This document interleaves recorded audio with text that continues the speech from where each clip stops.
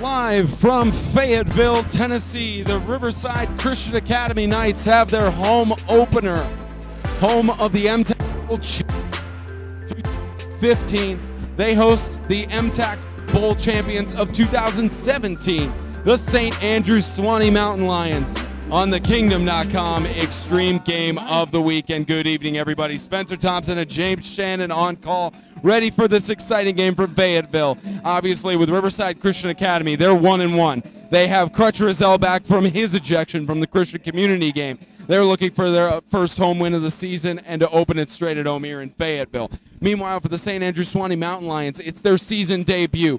Obvious MTAC champions from last year into the bowl game with a 7-1 record, and they're looking at a fantastic season going through here. Now, James, we had a chance to talk with both of the coaches pregame, and obviously the quarterback situation is. What can you tell us about that? Yeah, both are going to be starting freshman quarterbacks tonight, of course. On the Riverside side of things, you've got Jake Rebelski, freshman quarterback, who got the start last week against Classical and obviously gave him the win. So that's who they're going to go with this week. After going with maybe a 3-quarterback system against Christian Community School. For St. Andrews Sewanee, they're going to start a freshman quarterback as well. And it's going to be one of either two, Mr. DeAndre Tate or Mr. Baylor Metcalf. So it's going to be interesting to see who gets the start. I think it's going to be Metcalf, but we're going to have to see what happens. And it's going to be really interesting to see how these guys participate. And the other thing you look at especially, it looks like they're actually praying in stadium, so we'll pause for just a moment out of respect for those guys. World who are protecting the freedoms that we hold so dearly, and Father, we just pray your blessings on them. Father, go with us tonight, be with us all as we travel home. Father, we pray that as we leave here, we'll all say it's been good to be here, and we've been glorifying you tonight. Father, we love you and thank you. In the name of Christ we pray. Amen. Now the national anthem in stadium. Oh, say, can you see by the dawn early light what so proudly we hailed at the twilight's last gleaming, whose broad stripes and bright stars through the perilous fight o'er the ramparts we watched were so gallantly streaming, and the rocket's red glare, the bombs bursting in air, gave proof through the night that our flag was still there. Oh, say does that star-spangled banner yet wave for the land of the free and the home of the brave.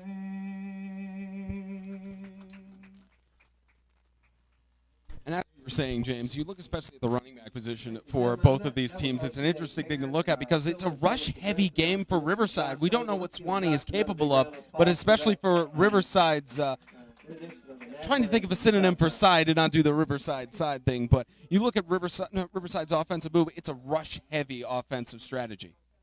Yeah, and John Trahan's going to be get the start for Riverside Christian, his second year doing so. He's a senior. He's coming into this game. This last time he's going to play Sewanee, so he's geared up for it. Of course, for Sewanee, it looks like they're going to go with number 9, Ben Matthews. He's also a senior, but they could be giving some carries to number 3, Jarrett Willis. He's also a senior. So 2 longtime Mountain Lions. They're going to be giving them maybe equal opportunities. But for Riverside, you're definitely going to see John Trahan get the majority of the carries, in my opinion. It's going to be an intense game for the South on this Thursday night edition of the Kingdom.com Extreme Game of the Week. We will be back in just a few moments from Fayetteville. It's football time in Tennessee.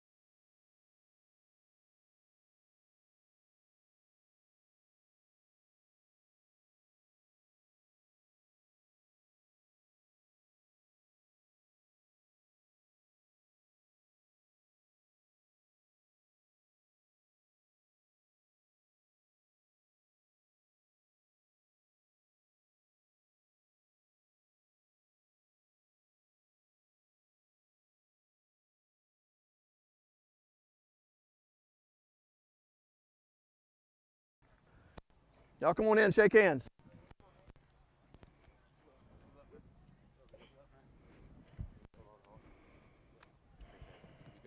Come on over here, gentlemen. Lapel mic here for the coin toss. Now this is done. All right, good night for football. Whites, you're the visiting team, so we get to call a coin toss. I got a coin here. Turn around here. Look. Got a coin here with a heads and a tails. Tell me what you're going to call and say it loud enough for Mr. Northcutt to hear it. If I drop it, tails. And if I drop it, we'll do it again. All right. It is tails. Tails. Oh, excuse me, it's heads. You won the coin toss. You're going to defer. You want the football, correct? Which way you want to kick? You want to kick that way? All right, y'all come over here and face the scoreboard. Gentlemen, y'all turn your back to the scoreboard. Oh, purple won the toss. White will receive this end. Gentlemen, shake hands. Come on out. So the coin toss is won by Riverside. They elected it first, so Sewanee will get the ball Good luck, for the beginning of the game.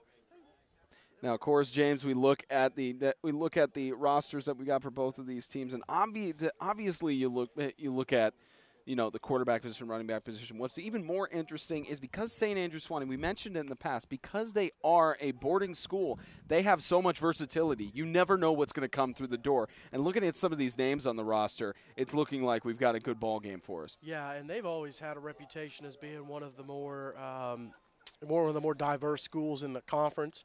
As well as all the other sports they play TWSAA, they're a very diverse school.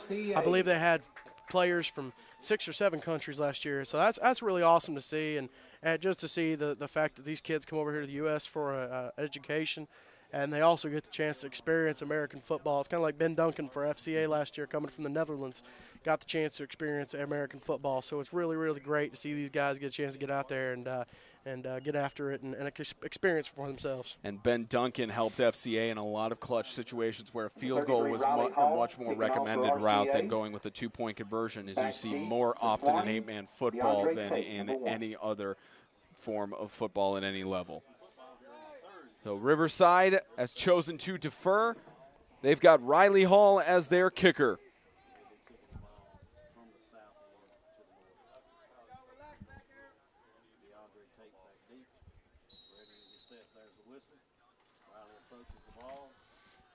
And with the kickoff, we are underway in tonight's Thursday night football game. It is received easy. Reception to the left for Sewanee to the 20-yard line. That's Ben Matthews, the senior, who is one of the starting running backs, will take the field. And it looks like they've got Baylor Metcalf starting at quarterback, who's a freshman starting for the Mountain Lions. Yeah, we talked about that pregame, and I was really interested to see who was going to get the start between the two freshmen. But obviously it's going to be Metcalf, so we're going to have and I like schools starting freshman quarterbacks because you give them 2 or 3 years under their belt, and they get plenty of experience. So here we go. Here's 1st and 10, the first offensive play for 2018 for Sewanee. Ball snapped, handed up the middle. It's going to be a rush for maybe a few yards on the play.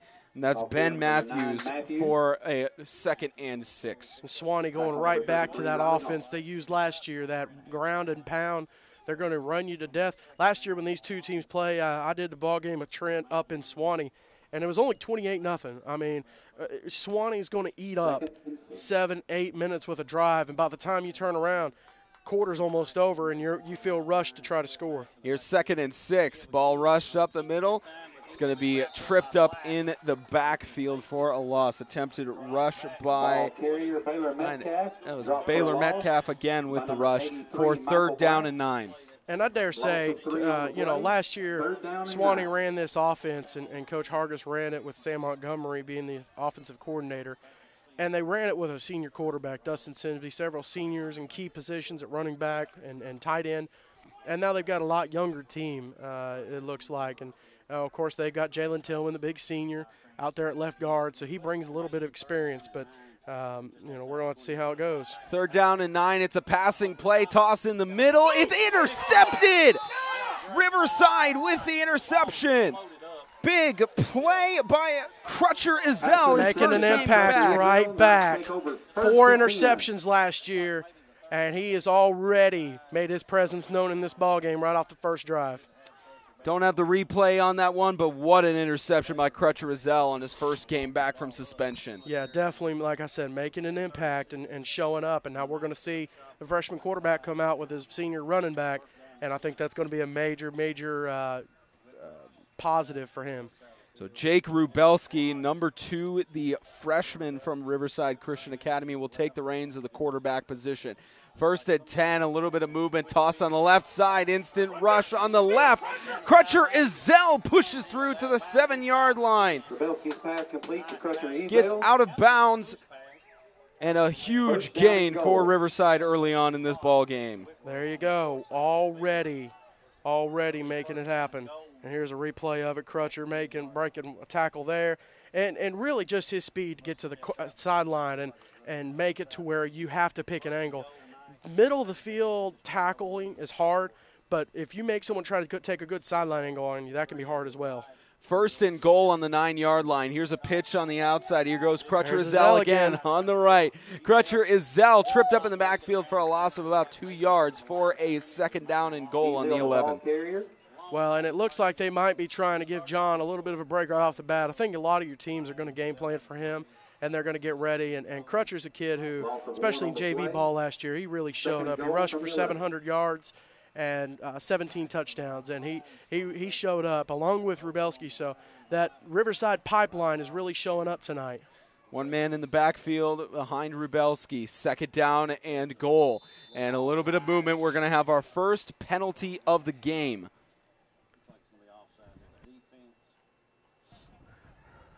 Dead ball, encroachment, defense, 5-yard penalty, still second down. So that's second down with an encroachment penalty on the defense. Lucky break for Riverside as they get closer to the end zone. Yeah, and it's just a discipline thing. It's the first game for Sewanee, and you know they're going to get that under control. Ball snapped. Scrambling in the pocket, gets the toss out quick and trying to get into the end zone. John Trahan gets to the outside, still in bounds to about the 2-yard line. It's now third down and goal, just shy of the end zone.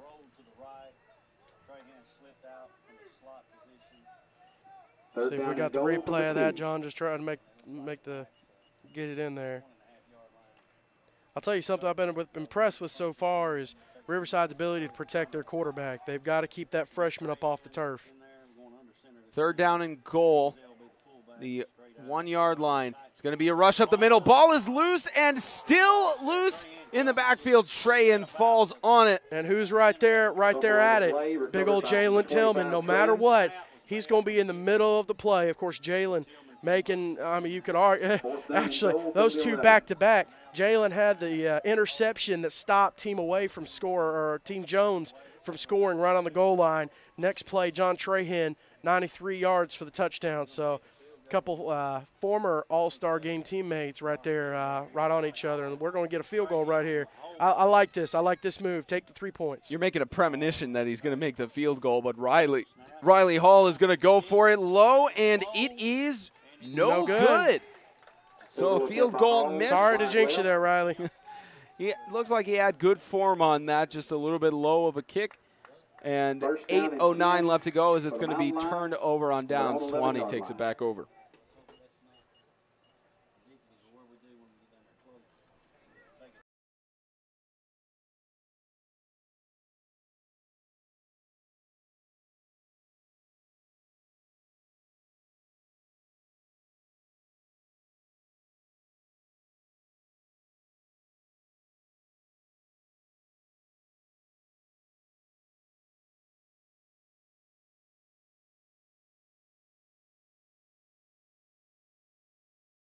Yeah, that'd be smart. So Sewanee takes over for their second offensive drive. It's a rush on the middle. And that's Jarrett Willis trying to get it up the middle for a gain of about 3 yards. Willis, the senior, he's been at Sewanee for a few years now, and so he's part of that leadership group. Sewanee, several seniors on their team. You got Jarrett Willis, Ben Matthews, Jason Rolinda, Spencer Davis, Randy Paul is his first year. You have another Rolinda brother, and of course, you got big old Jalen Tillman. Here's a rush again up the middle. It's an attempt by Ben Matthews for a gain of 1 yard on the play. Going to be 3rd down and 6. John Knotts on the tackle.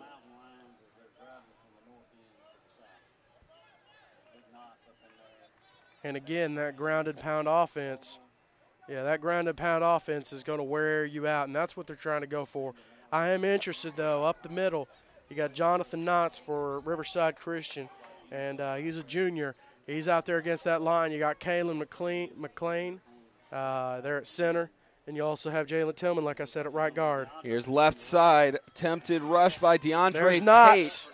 And he's going to get no yards on the play. 4th down and 6. Sewanee's likely going to punt it away. Knott's making that play, and you know, he showed up last week. He showed up on the defensive line. He struggled at center a little bit last week, and I think they fixed those problems, as you could tell off that first drive. Didn't have any snap problems. So, yeah, John Knotts getting in there, making that tackle. And so far a couple defensive stops on both sides. Riverside got close to scoring, though. They've got in the backfield, trying to get the number here. That's Kalen McLean, the junior. He's going to punt it away for Sewanee. Deep in the backfield is John Trahan to receive it. Nice reception. Trahan going on the right side. 40-yard line, gets out to about the 33 for a 1st down. 6:02 left to go in the first. And Trahan is a lot like another guy, Gage Holman from Bowling Green Christian. If he can get the edge, he's going to take it to the house. And you saw that last week. They ran the Wildcat play twice against Classical. Both times went for 70-yard touchdowns. So it's incredible. We're also going to keep an eye on that Franklin Classical Web School game that's happening up at Freedom Intermediate School. And Isaiah Austin's there. He's going to keep us updated on it. Pass on the left side, tossed out incomplete. Clock stopped. And that is a 2nd and 10 for Riverside. That's just a freshman quarterback trying to learn how to make that throw and make it happen.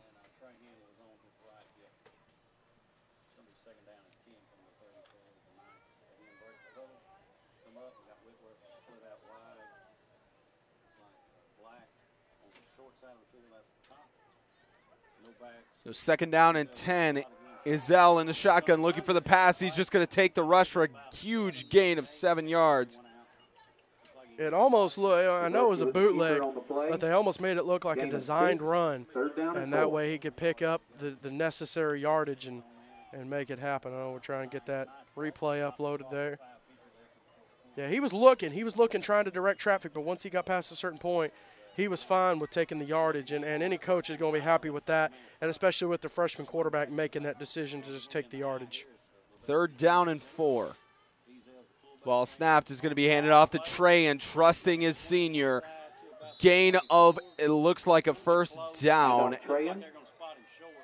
They may spot him just short, and they rule it 4th down and 1. It's tight. It's tight. Looked like senior Larson Heitzen-Rader getting in there. Injured last year, I believe the year before, but here senior year, he's ready to make some noise and try to do something. Give these Mountain Lions a little help on defense. So 4th down and 1. The Knights are going for it. Ball snapped, handed up the middle. He's going to be pushed back. Nothing doing. And that wasn't even Jalen Tillman in there. That Sewanee defense has stepped up 2 drives in a row. These defenses are really making it happen. And here's your replay right here. I mean, that's a good call. I like it. I might go quarterback sweep. And Jalen wasn't in on the tackle, but as you saw, he blew Riley Hall out of the water right off the bat and he blasted him right here. He knocked him right off the play, and that disrupted the entire play. Like I said, Jalen didn't get in on the tackle, but boy, did he create that stop. 1st and 10 for Sewanee again. No score yet in the first quarter. Here's ball snapped. It's going to be fake handoff. Rush brought down by Riley Hall. Riley Hall right back in there on defense. And time called by Sewanee with 4:59 left to go. 2nd down 9. Timeout. White team. St. Andrews. So Sewanee will take a timeout. The Kingdom.com Extreme Game of the Week is brought to you by Kingdom.com, the ministry technology provider, Grace Point Healthcare, modern medicine the old-fashioned way, and Tennessee High School.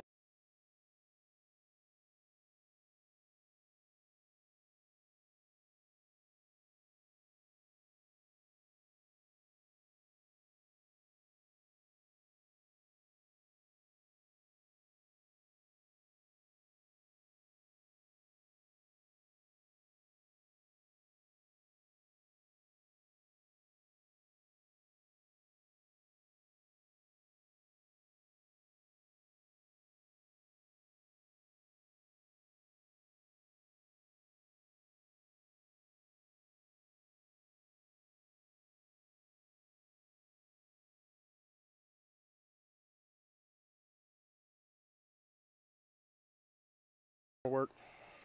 There we go. Here's second down and 9 for Sewanee after the timeout.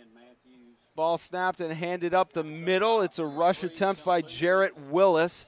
Gain of several yards on the play for 2nd down and 6.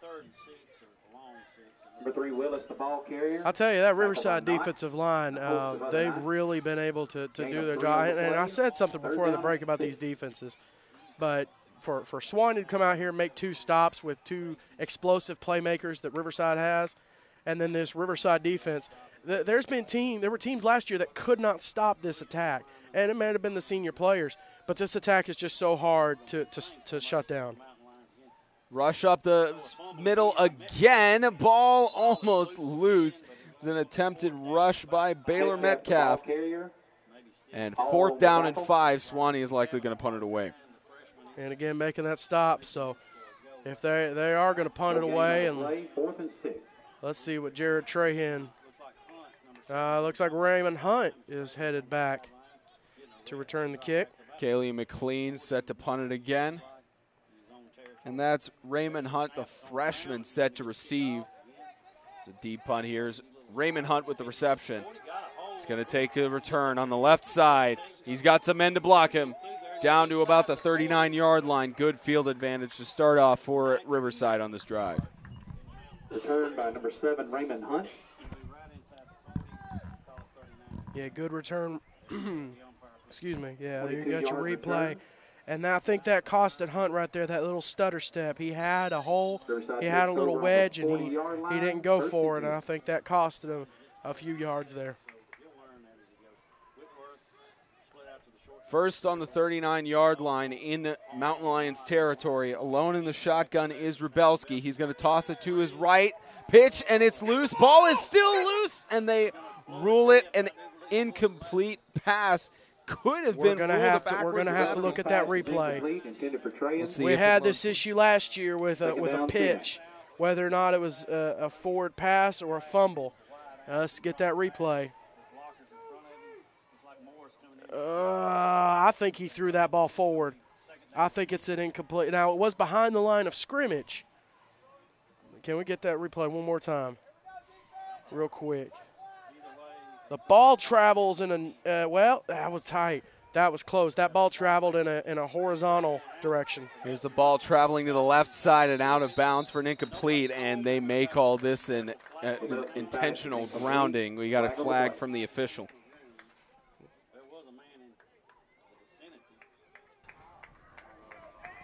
Intentional grounding, quarterback, purple team. 5-yard penalty, loss of down, be 3rd down. So an intentional grounding called on that one.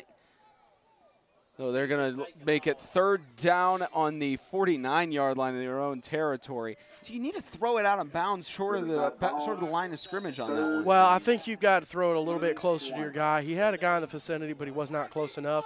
Again, that's just a freshman mistake, and he's going to learn. He's going to make those mistakes, and he's going to move on from them. Here's shotgun looking for the pass deep on the right side, overthrown, intended for Trahan, and it's going to be 4th down and long. We'll see if Riverside is going to punt it on this one. Riley Hall should be coming out here. You got about 3rd and a quarter of the field, so literally it's 4th and 20. 5th of the field. So you're going to have Riley Hall drop back for this punt. They haven't changed the down indicator. I could have sworn that was third down on that last one. It was. They just haven't made the move yet. Patience is a virtue, Spencer, especially dealing with the officials. You got to have patience. And they are looking at it from the other sideline. Exactly. And timeout called by Creasy and Riverside. Timeout. RCA. Timeout, Riverside. I got it.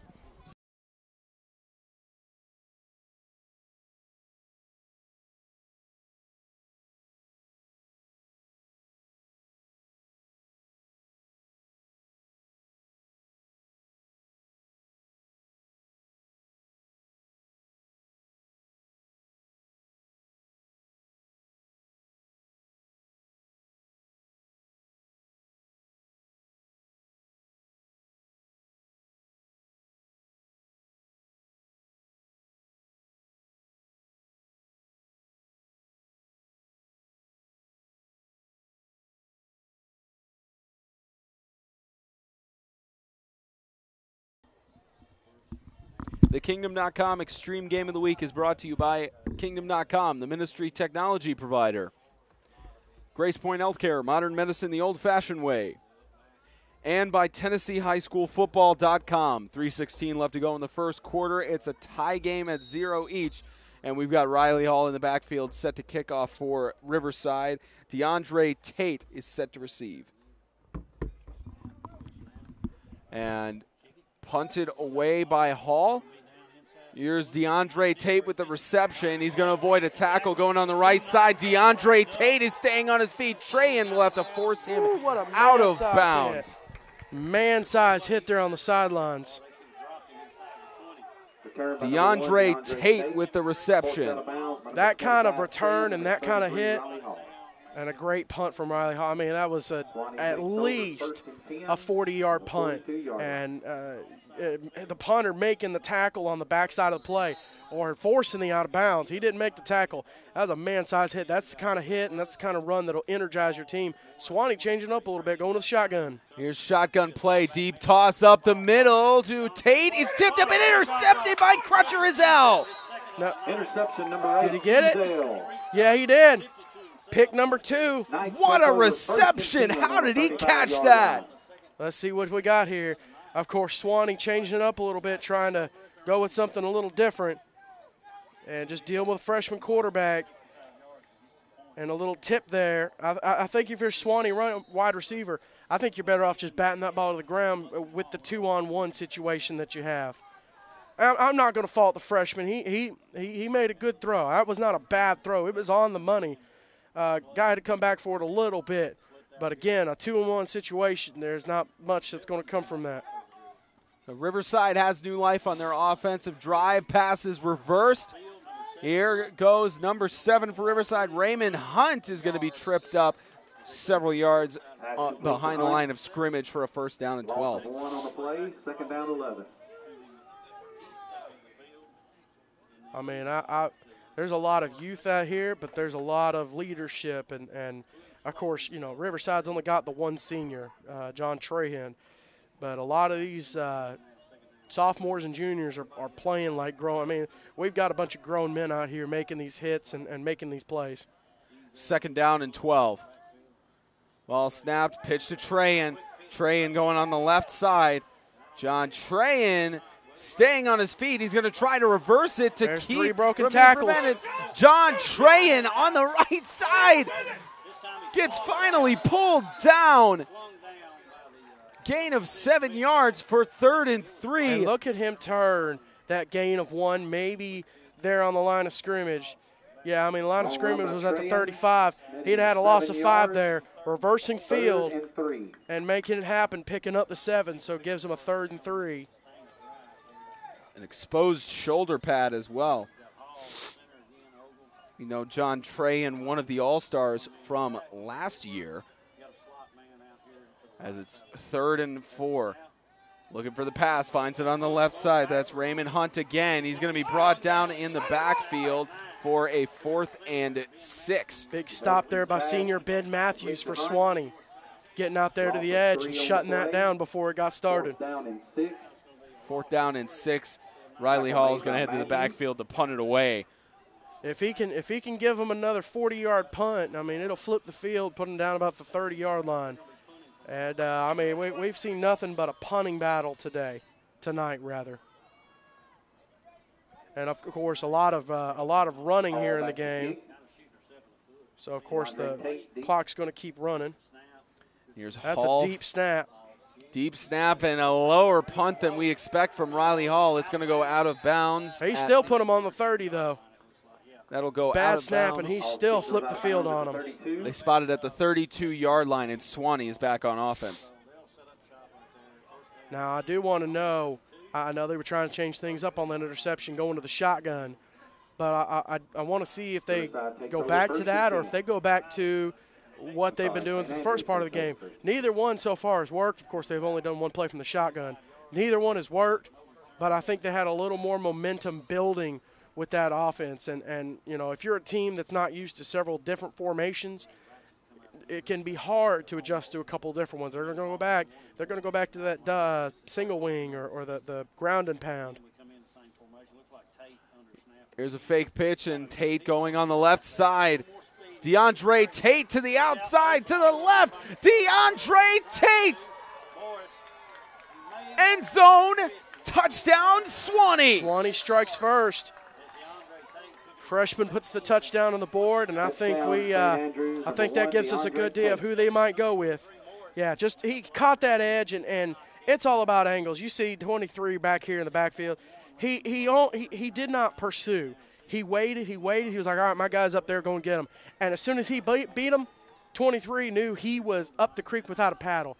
He didn't take a good sideline angle. He didn't pursue the play. He kind of lollygagged a little bit, and by the time it was too late, it was too late. So a great run there by Tate, though, freshman quarterback. And I just said I wonder which one they're going to go back to.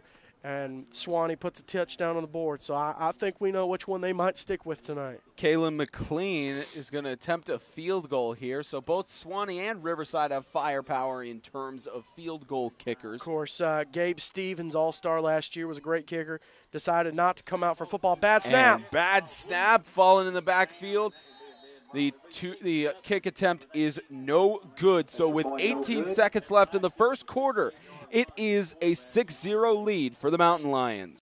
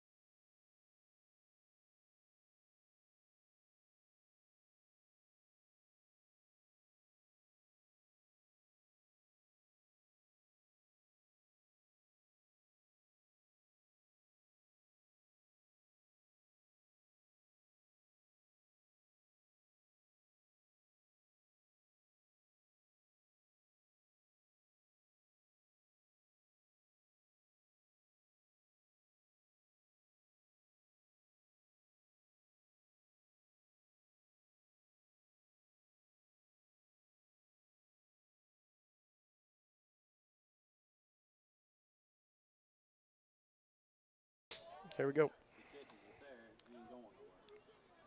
Sewanee kicking off after their touchdown. Getting one of the coaches for Sewanee making sure they're lined up. Here's Kalen McLean to kick off. Tran deep back to receive, and it's going to go a majority of the distance, but it's picked up by Marcus Whitworth.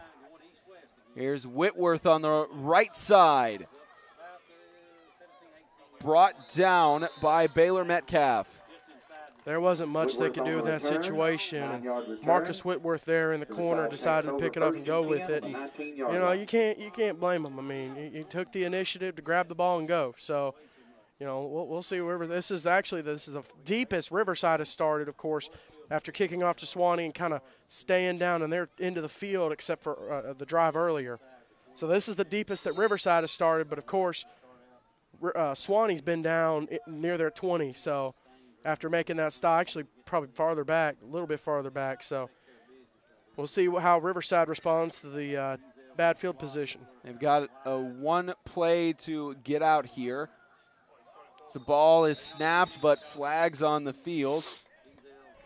Yeah, Ezo making the dead ball, false start, offense, 5-yard penalty, still first down. You got a little bit on the PA system there, James. Famous. No, but Ezel, with young kids, they're going to make your plays, but they're also going to make mistakes that are just unavoidable. You're going to do it. It's going to happen. So it puts them a little bit more in a hole, but we'll see what Rebelski can do coming out. First and 15, and another false start penalty. That's going to kill him. Dead ball, false start, number 9, RCA. 5-yard penalty, still first down. So we got a RCA instead of the purple team out of the official. We're making progress. So first and 20 is where they're going to start, with that second false start actually being by called that on Marcus Whitworth on the outside. And again, another young player. It's going to happen. I think once you get down in a game like this where it's been close, you get some jitters and things start to get shaken up a little bit.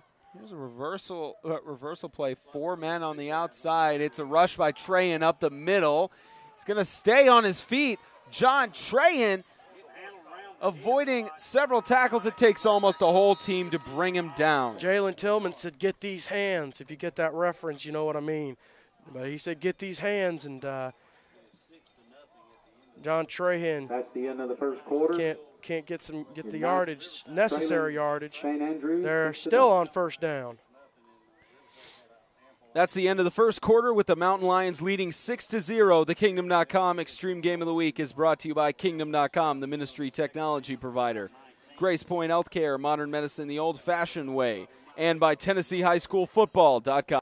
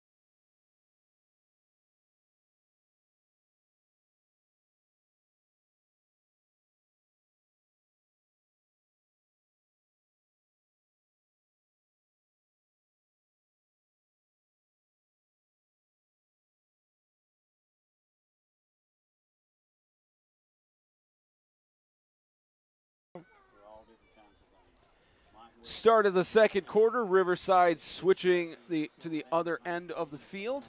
And we do have an update from Franklin. Classical Web has not started yet due to lightning, so that game will be delayed a little bit. That game up in Franklin, we will get scoring updates from Isaiah Austin as soon as we have them. Here's outside, pass to Trahan, incomplete, right between his hands.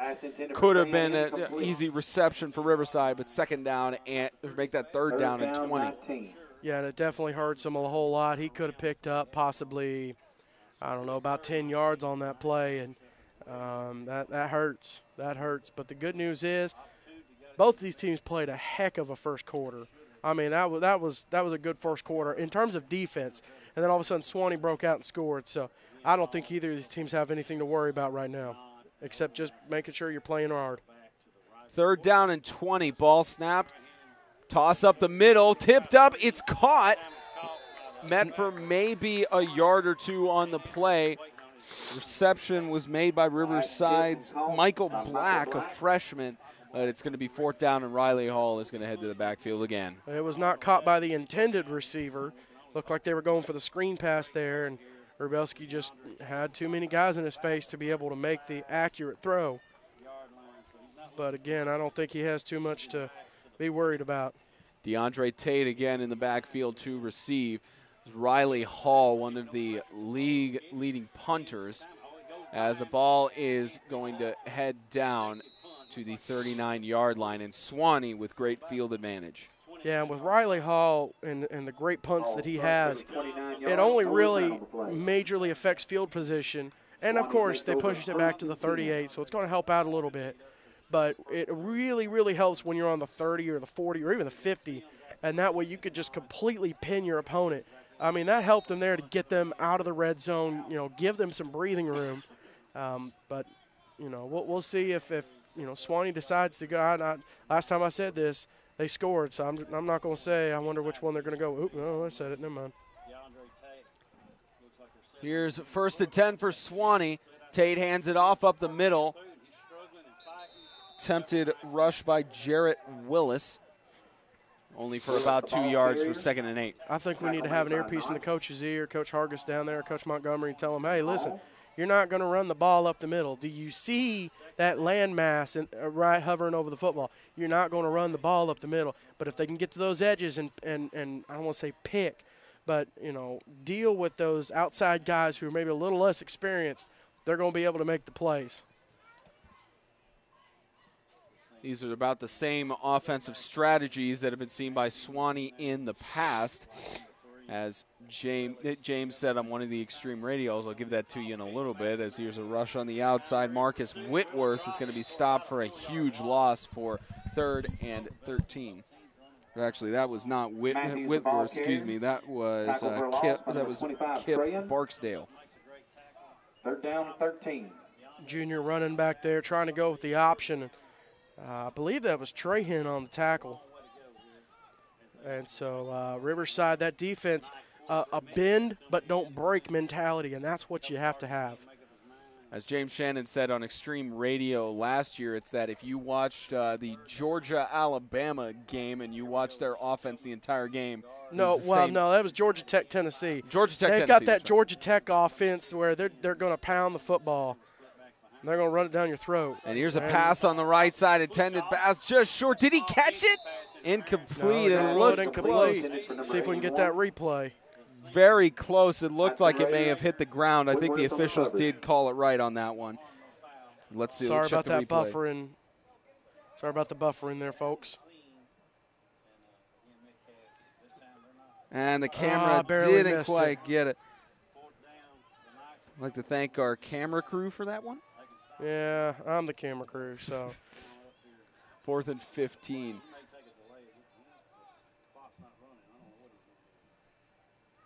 We're waiting for an offensive call here. The players are waiting on something. I think there's an injury sideline. They're talking to Baylor Metcalf. Hargis having a discussion with one of the officials on 4th and looks like 13. And the Franklin Classical web game has started, and our very own Mr. Isaiah Austin, a little bit of whistle action there. St. Andrews. Timeout, St. Andrews. Is there a second timeout of this? And we have a flag on the play. Our very own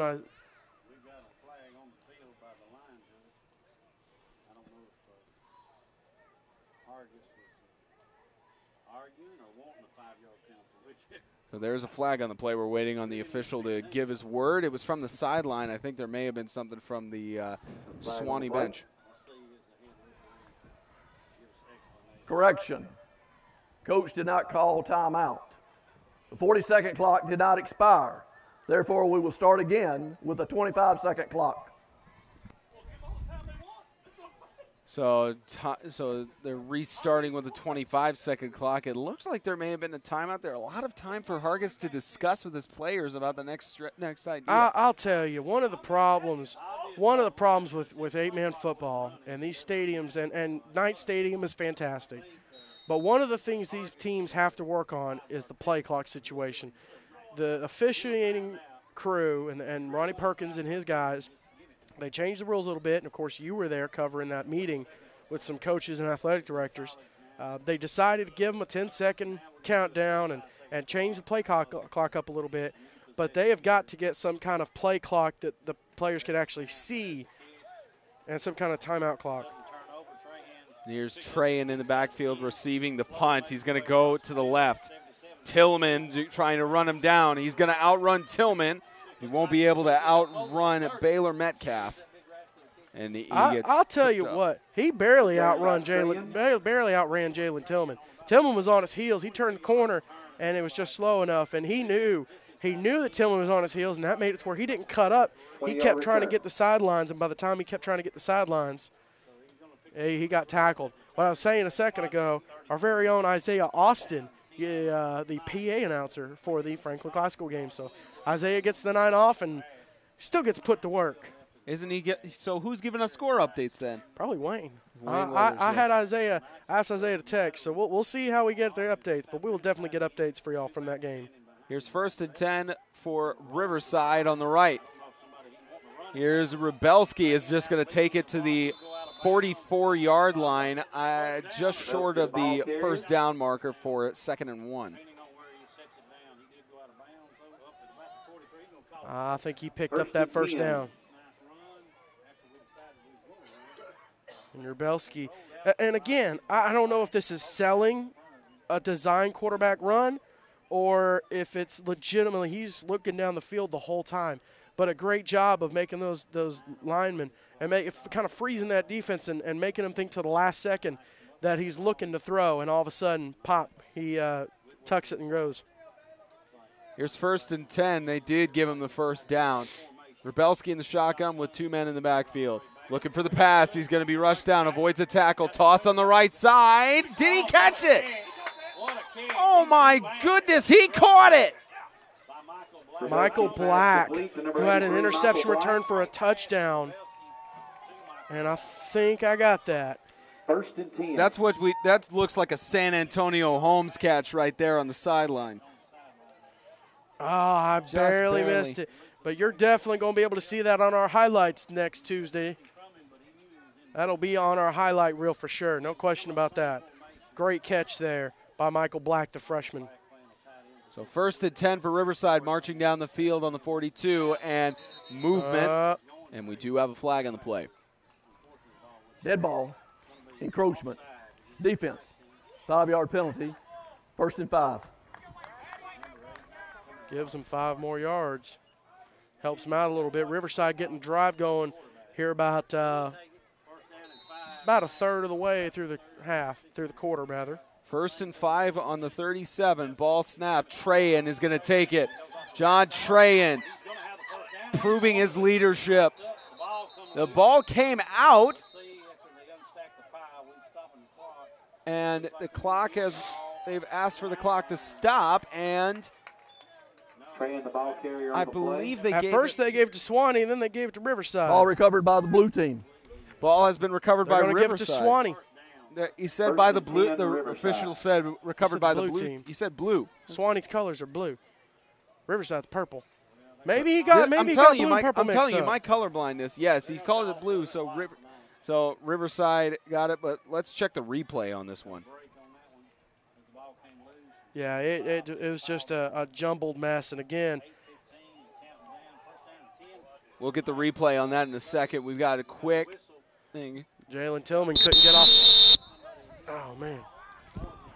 Time called. Hargis talking with one of the sideline officials. Hang on. And we'll turn off the official's mic for just a moment. We found out how to do that now. So it took us a little bit. Let me give you a timeout. We got that sorted out.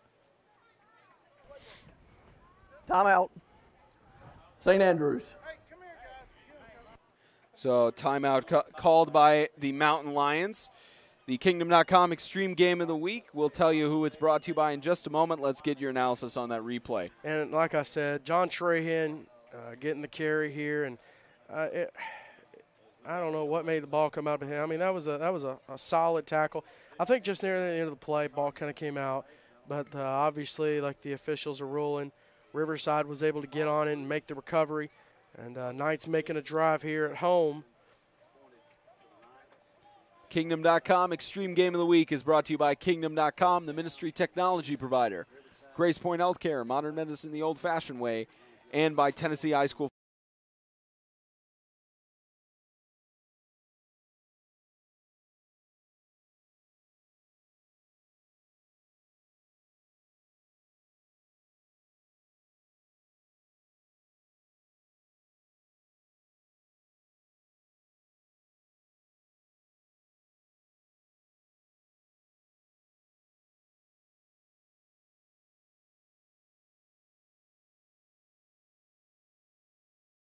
Here we go.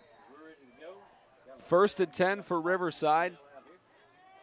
It's a rush on the right. Looking for the pass. He's going to find it. Easy catch. Going to the end zone. Touchdown for Crutcher Ezell. Knights, number 8, Crutcher Ezell. Crutcher Ezell with the score. And they had 2 interceptions, nothing to show for it, and all of a sudden they come out. And, I mean, they put up about a 4-minute drive. Tillman barely missed the freshman and a pass on the money. Let's see if we can get the entire replay here. Just like I said, on the money pass. Tillman, if you're Tillman, you gotta stay home a little bit more. But great move there by Ezell. He said, "Get up off me," and made a man-sized move. And so Riverside gets on the board. Tie ball game, and it looks like they're going to go for the 2-point conversion here. 2-point conversion attempt for Riverside instead of a field goal, almost intercepted. In and out of the hands. And it's going to be tied at 6 with 7:56 left to go before halftime. The Knights keeping it interesting at home.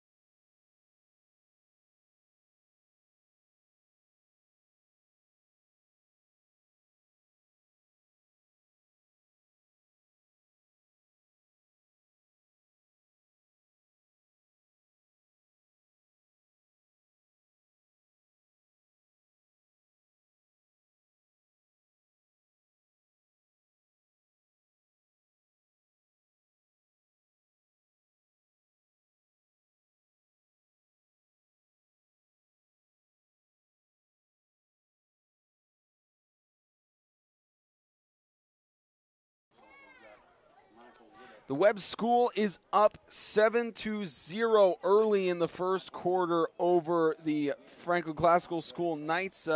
Should probably pull out a Webb roster to identify. Unless that's Shamar Frey, number 6, the junior. He made plays all week last week against South Haven, and he's already showing up for him.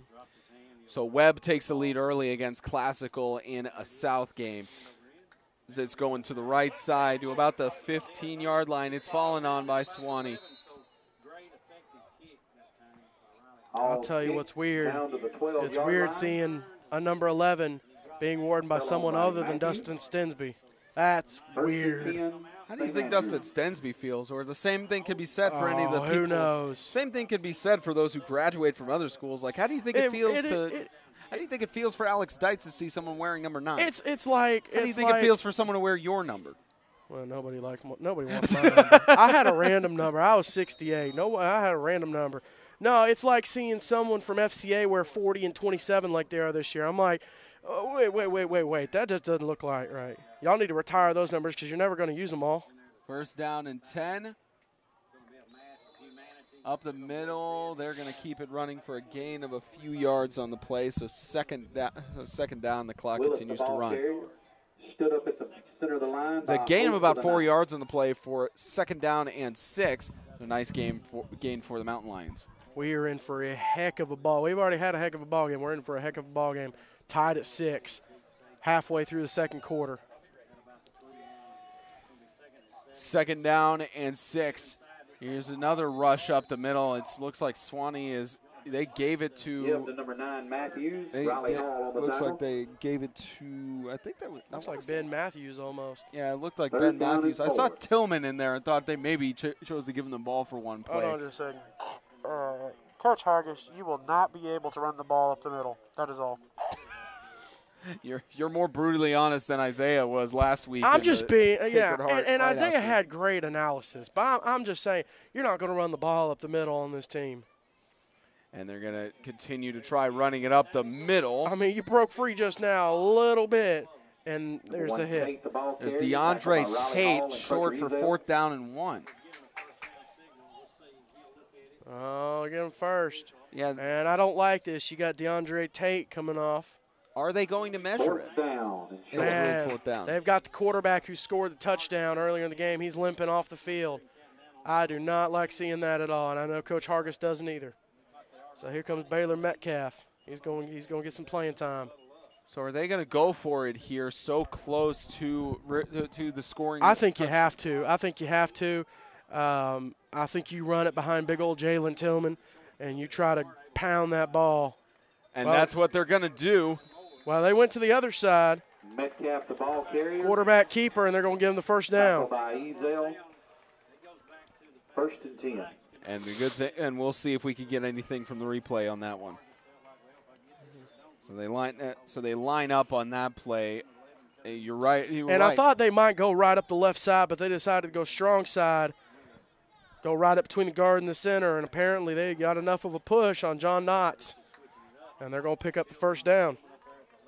1st and 10 for Sewanee on the 34-yard line. While snap, they're going to rush it up the middle again. It was attempted by Thomas Stapleton for a 2nd down and 6. Gotta wonder if there's any relationship to Chris Stapleton. Gain of 3. That may be a halftime question. You never know. That might be a halftime question. Well, not halftime, post-game, because we asked him at halftime.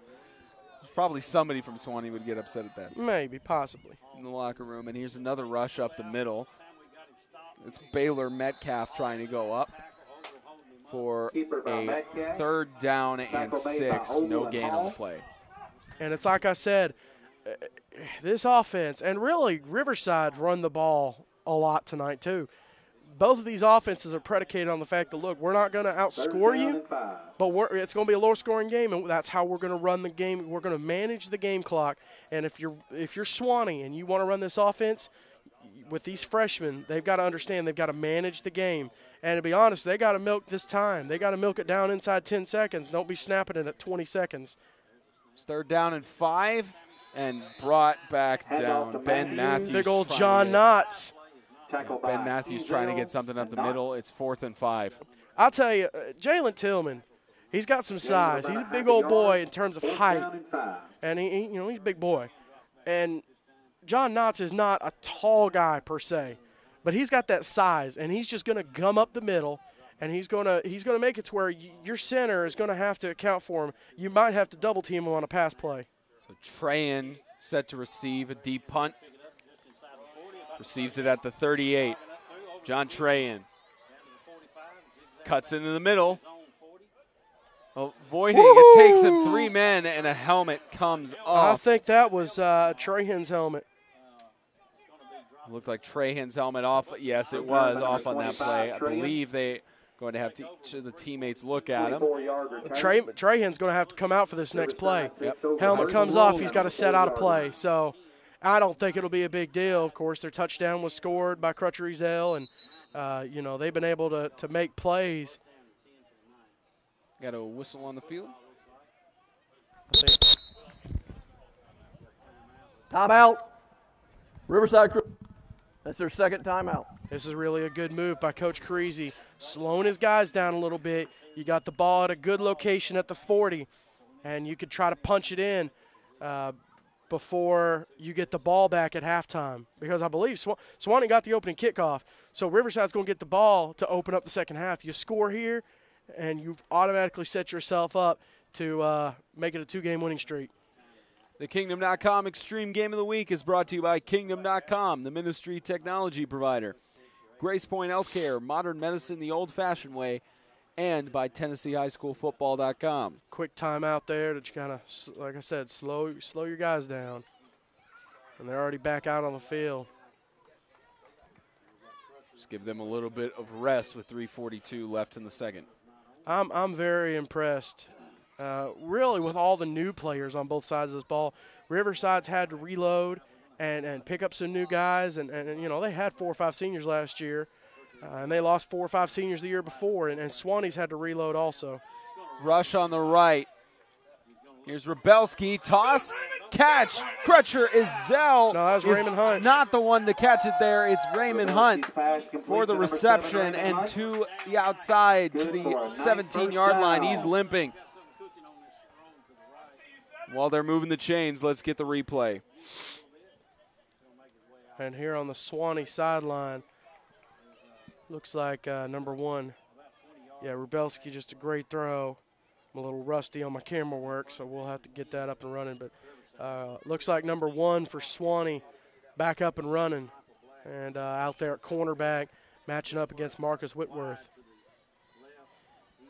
First down and 10. Rebelski trying to coordinate the play, man behind him. Rebelski getting rushed, toss on the left, incomplete pass.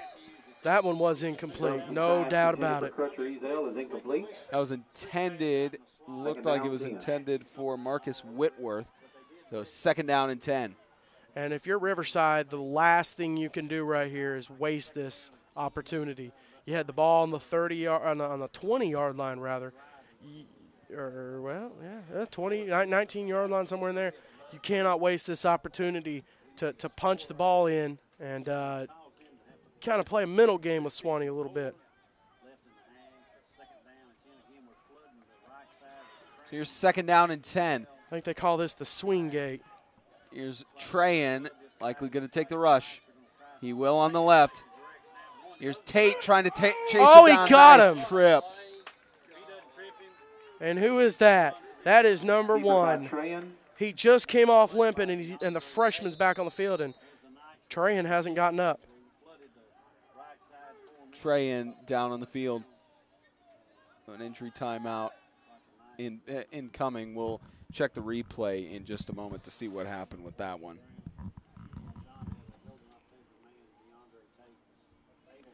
And I don't know. I haven't seen a whole lot of cramps tonight. I mean, there's not really the weather for cramps. It might be something with his leg on the trip. Catch. What happens? Bam.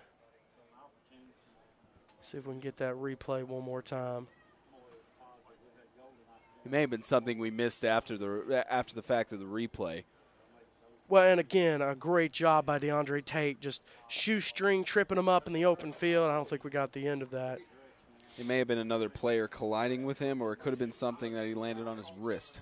And it could be. It doesn't have to necessarily be his leg.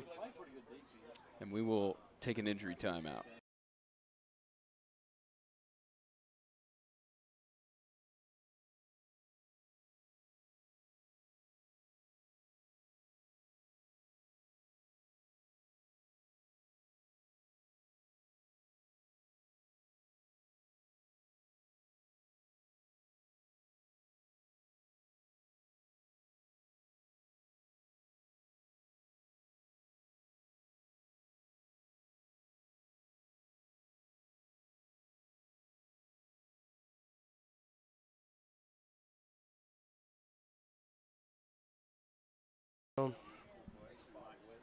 Trayan managed to get up on his own accord and will head to the sideline to be evaluated. So third down and 10 for Riverside. They're going to run the clock here after the entry timeout. Third down and 10. Here's Rebelski in the shotgun, man behind him.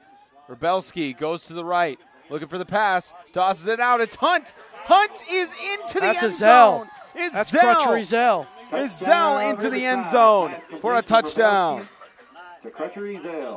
Can you imagine what Riverside could have done last week to Classical if they had Crutcher Izell in the game? I mean, 2 interceptions, 2 touchdowns. I mean, he is absolutely showing up after a slow first quarter offensively. And Rebelski finding his buddy from JV ball the last couple of years. They've got great chemistry, and you know, they're looking really, really good. setting themselves up for a potential halftime lead. 2-point conversion attempt on the right side to no one in the right corner of the end zone.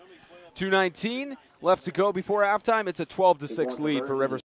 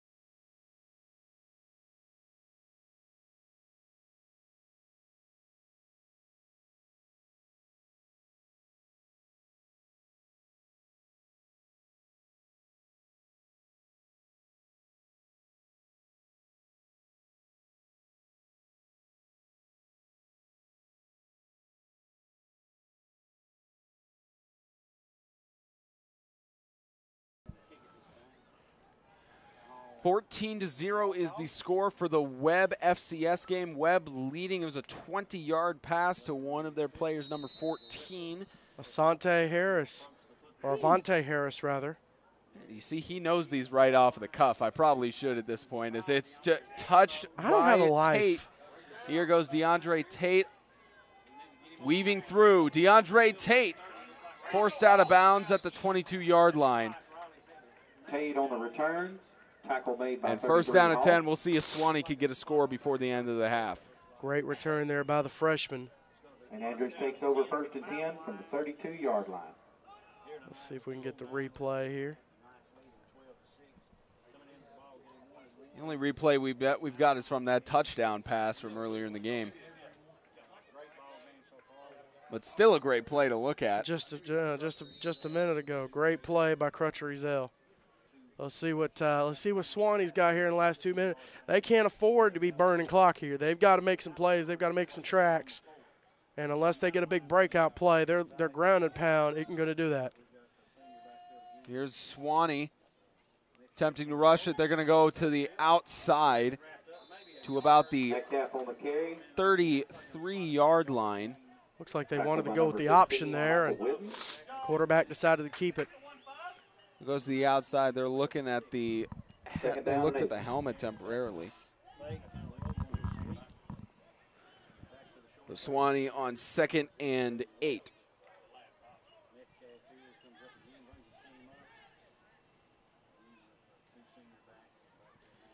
That's the signature formation that's probably trademarked at this point by Sewanee, as it's a rush to the outside. Tripped up in the backfield for a loss of 4 or 5 yards, and timeout called. I believe they're calling time to place the ball. Clock is still going to run, though, at 1:31. And Morris.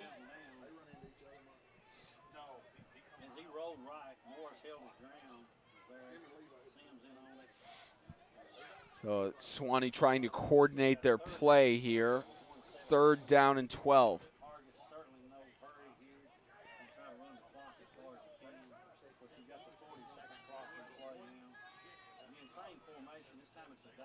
Here's a rush on the left. He's tripped up. What a play by Riley Hall. 4th down and 14. Final seconds winding down. What a play by Riley Hall. Hall getting in there, making the stop. And the only dangerous thing about Sewanee's style of play is if you get behind, it's hard to try to come back, especially if you're pressed for time. Timeout, RCA. There's their final timeout of the half. Riverside taking a timeout here with 43 seconds left to go. The Kingdom.com Extreme Game of the Week brought to you by Kingdom.com, the ministry technology provider, Grace Point Healthcare, modern medicine the old-fashioned way, and by TennesseeHighSchoolFootball.com.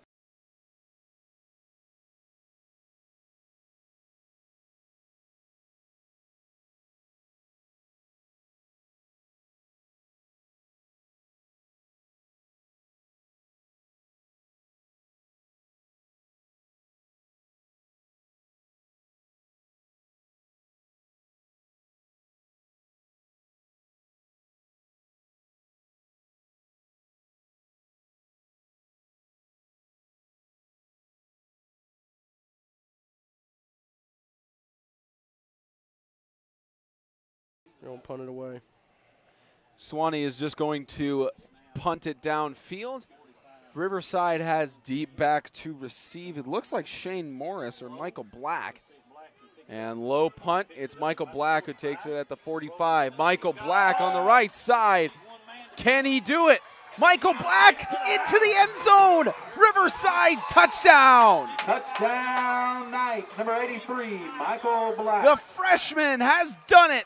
6 on the board for Riverside. Back-to-back weeks with non-offensive touchdowns. Had a pick return against Classical last week, and here with a punt return. Special teams showing up. And to pick that up off the ground, find his wedge, and just he had speed. And let's see if we can get back to that replay.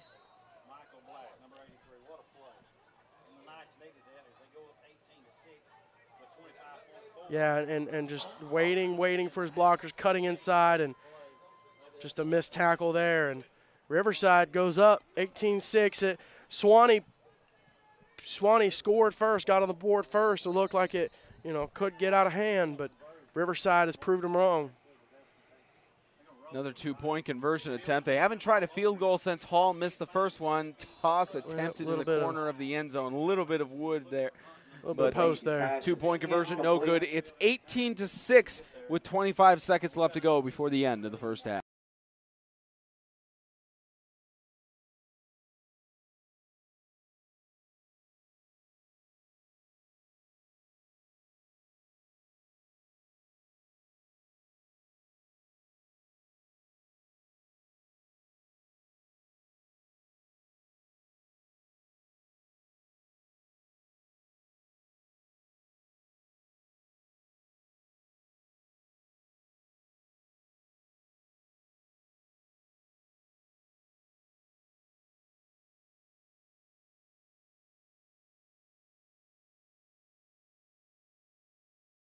To kick off for the Knights, back deep, number Just 1. one more look at this play.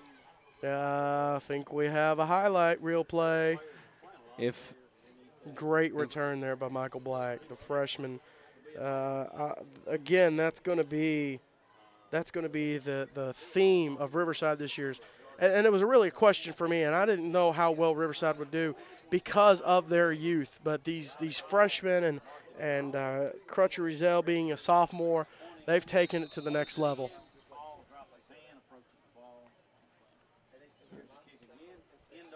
It's kicked back, recepted by Tate. Here's Tate trying to get through. He's brought down. Tate on the return. He's brought down by Crutcher Rizel. Ball placed at the 29-yard line.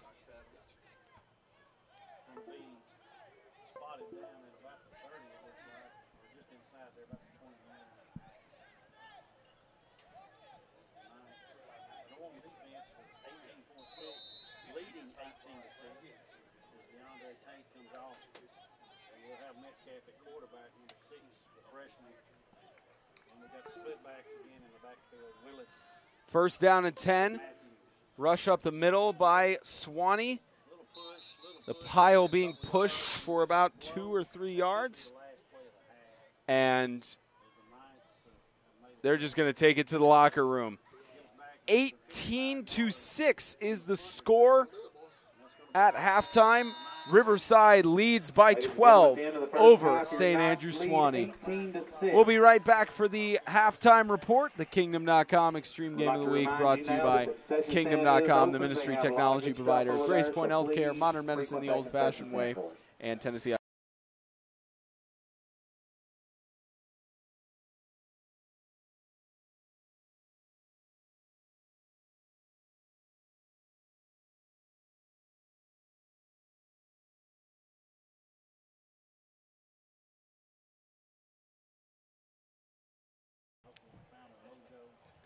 We welcome you inside our broadcast booth. I'm Spencer Thompson. That's the CCS Hall of Famer, James Shannon. You have jokes, my friend. 18-6, the score. Riverside leading over St. Andrews Sewanee at the half. And 2-point conversions haven't been made all this game is why it's only a 2-touchdown lead. But for Sewanee, they've only managed to put the first score on the board, but Riverside has fought back. What's been the key to their success? Well, for Riverside's success, it's been this youth that I don't know if they just had jitters being in White House playing Christian community. I don't know what it is, but they did not play like this in week 1. And now against Classical and now against Sewanee, these freshmen and Ezell, the sophomore, he has shown. I'm scared to think of what they would have done to Classical last week if he would have been playing. They already beat him 32-22, but he's taken it to another level. And I don't want to discount John Trahan, but they've scored. All their scores have been without Trahan. Their defensive stops have been without Trahan for the most part. And so I really like that sign that your only senior can head off the field and you're still making plays and you're still holding on and really dominating, in my opinion. Now, of course, Riverside dominating by 12 here. But again, Sewanee scored first, but ever since then, they haven't done really anything. Obviously, an offensive style needs to be changed. Well, what specifically do they need to try? I don't know.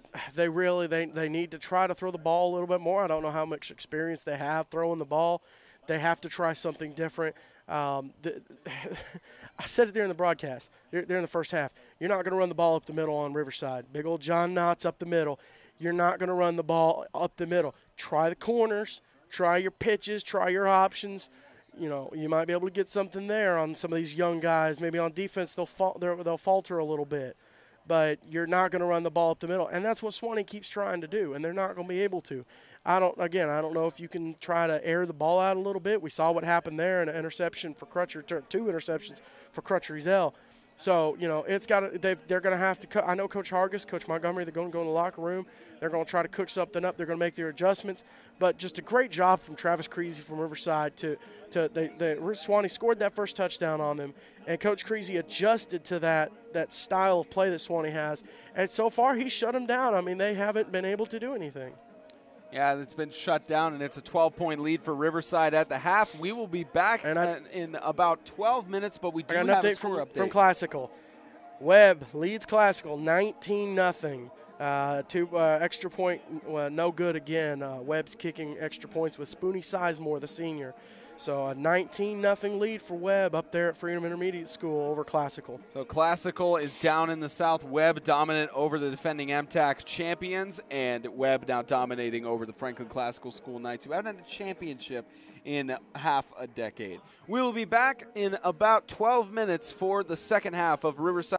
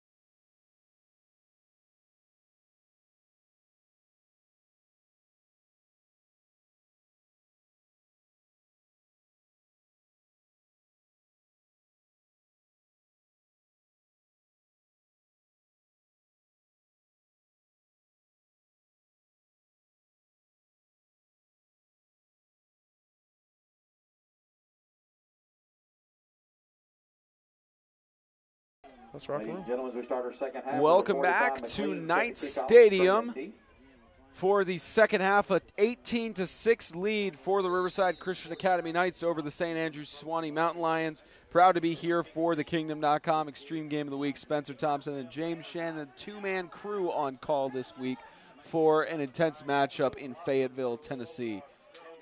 The return is being taken on the right. That's Marcus Whitworth with the return. Second return of the night. Second return to the 31-yard line, and Riverside back on offense to start the half. Get you an update from Franklin. Webb has put another touchdown on the board. It's 26-0. They lead Classical. Webb looking to go 2-0. Webb looking to go 2-0 and 2-0 in the 1-0 in the South. In the South. But they take that big win. That's a motivational factor, beating the defending And MTAC Webb champions. goes into an 11-man game with Middle Tennessee Christian School next week, which is kind of strange, but they go to a big matchup with them, and then they hit Riverside, and then they hit Lancaster. So deep pass on the right. It is intercepted. DeAndre Tate with the interception, and Sewanee takes over. That's what they need, and he's limping coming back, but he's on the field making plays. This is what Sewanee needed. And Rebelski, it's going to happen. You're going to throw interceptions. Now, he handled that interception a lot better, but he just stepped in front of, and I didn't get to see. Can we see that replay one more time? I want to see who that pass was intended for. Looked like, let's see, hard that to was see here. That looked like it was intended 83, for Michael Black. It's intended for Black. Toss on the middle, incomplete, intended for Tate, almost intercepted by Whitworth. Sewanee coming out, throwing the ball a little bit more, and Jalen's having a little conversation with the official there in the backfield. But that's what Sewanee needed, to come out of halftime, first play of the half after a decent kickoff return by Riverside, and pick the ball off in Riverside territory. Now, they're only at the 40, so they still have to make their own way, but I mean, they've gone to the shotgun. They're obviously trying different things, trying something that Coach Creasy hasn't been able to adjust for. Right side toss, quick over to Jarrett Willis. Jarrett Willis, that's actually not Jarrett Willis. That's Ben Matthews getting Senior outside. Ben Matthews. Senior Ben Matthews with that play. Riley Hall was down for a little bit, but let's catch this replay. Willis, again, just a great job. And I'm not trying to jinx Sewanee, but if they could score here, that's the sign of a great team, and that's about the best way you can come into a second half down 2 touchdowns and make a statement. I mean, it's really fantastic. First and 10. Sewanee looking for the pass. Tosses it on the right, intercepted by Riley Hall. A rush pass by Metcalf. Riley Hall with the pick, and it's back in control to Riverside. They trade interceptions. Riley Hall he's a linebacker, and he's back there patrolling that area. And Metcalf, after making a great throw, pressured a little bit on the backside, and just I don't know that his receiver was ready for that ball. I don't think he was turned around or in position. And Riley Hall watching the quarterback. Riverside really quick on the ball. Rebelski, toss on the right, intended for Trahan, goes out of bounds. Did it? It's going to be another intentional grounding. Didn't get it past the line of I scrimmage. don't know that I agree with that call, but again. Intentional grounding, quarterback, blue team. 5-yard penalty, loss of down, second down. He didn't get it past the line of scrimmage. Official needs to stick to saying RCA. But it is something else I wanted to mention. It's good to see. I don't think we have the replay on that one. It's good to see Trahan back out there on offense, and after him being down on the field for a little bit, they had a 15-minute halftime, so maybe that was enough time to work on him and get him back out there for the second half. Second down and more than 20, toss on the left. Good catch by Raymond Hunt. Raymond Hunt, 2 tackles avoided, make that 3, 4. Raymond Hunt gains a huge amount back to the 26-yard line. Not going to be enough for the first down, though. It's still third down for him, but my goodness, what a play by Raymond Hunt. Raymond Hunt taking that little pitch out, and I mean, he made some men miss. He should have had him right there, just a hand tackle. And right there, Metcalf couldn't make it happen. Great run there by Raymond Hunt. the night has been dominated by Crutcher Ezell and Michael Black, but Raymond Hunt has been a quiet contributor, and he's made plays off and on, and there's one of them. 3rd and 6. Rebelski scrambles. Toss on the right. Trahan with the catch. 1st down and more. John Trahan to the right side. It's John Trahan is going to be dragged down at the 46-yard line. 1st down, huge. And if that's the only play Trahan makes tonight, that is a key play because it got them out of their end of the field. It gave them the 1st down, and Rebelski, great throw on the run. That's hard. Now, granted, it's harder to throw across your body, but still, a throw on the run is hard, and he was able to not hit the senior, and Trahan able to come back in the game, pick up the 1st down. Really big play there. Update from Franklin. Webb running away. That's another touchdown. They're up 33-0. And ball is going to the right side. It looked like it was a potential false start. That's Raymond Hunt tripped up. And 2nd down and 6. It looked like it was a potential false start in the backfield. Yeah, and it could have been. I don't see any dirty laundry on the field. There hasn't been too much laundry tonight, though. I haven't seen any towels on the field. But, I mean, the obvious, the dirty laundry. You don't think officials wash their flags? You got to wash the flags. You tuck them down in your belt where it gets sweaty, and then you throw them on the field where the dirt and mud is. Got all these teenagers touching them. You got to wash those flags. I mean, the obvious is the dirty laundry is on the players' chests and waists. As it's 2nd down and 6, toss on the left, overthrown, intended for Crutcher Ezell. Man, he tried to get on up there. He tried to get up there and make the play. Just out of the reach of Ezell. That would have been a highlight reel play. And Rebelski, really not a bad throw, just a tad overthrown. What might have had the 1st down on that. Maybe a diving 1st down if he had recepted it. 3rd down and 6. 9 minutes left in the 3rd. Here's Rebelski, toss on the left.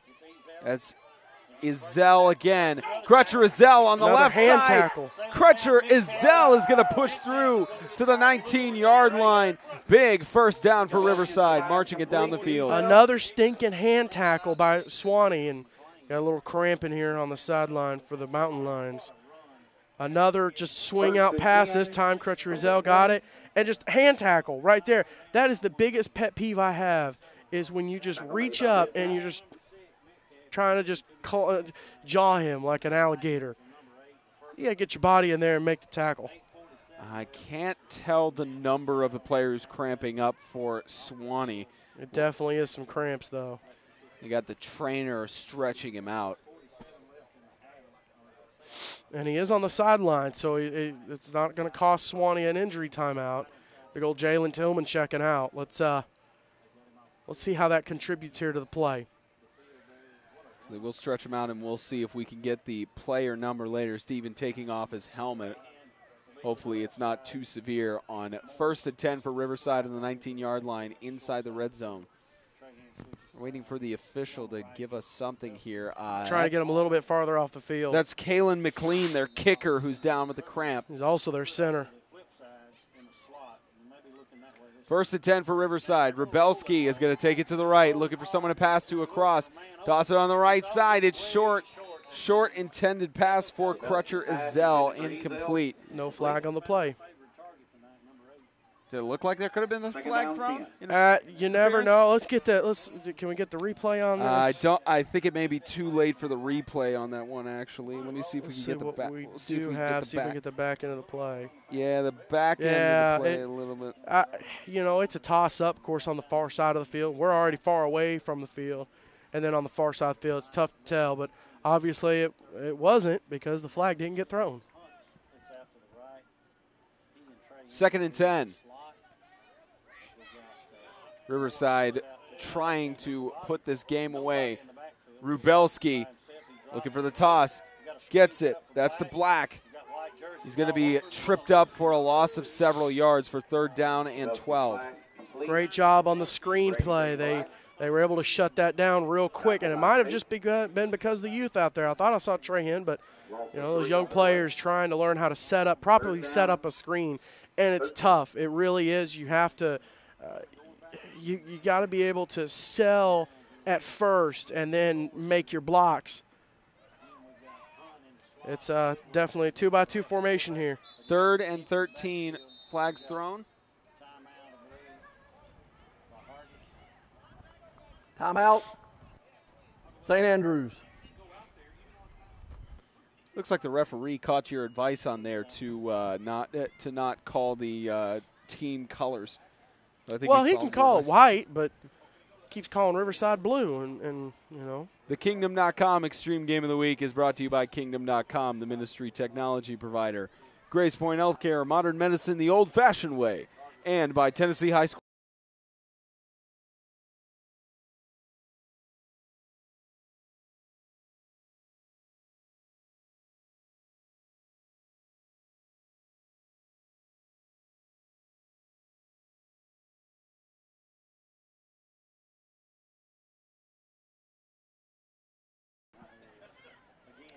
There's one of the proud parents from a 2017 All-Star wearing an 8-man Extreme All-Star Game jersey as it's 3rd down. Rush up the middle by John Trey, and here goes John Trey, and he's going to head to the end zone for a Riverside touchdown.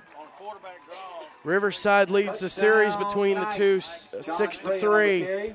Looks like they're about to make it 7-3. Well, we're going to get a replay of the shirt. Replay of the shirt there, but we'll be sure to catch the rest of this actual play.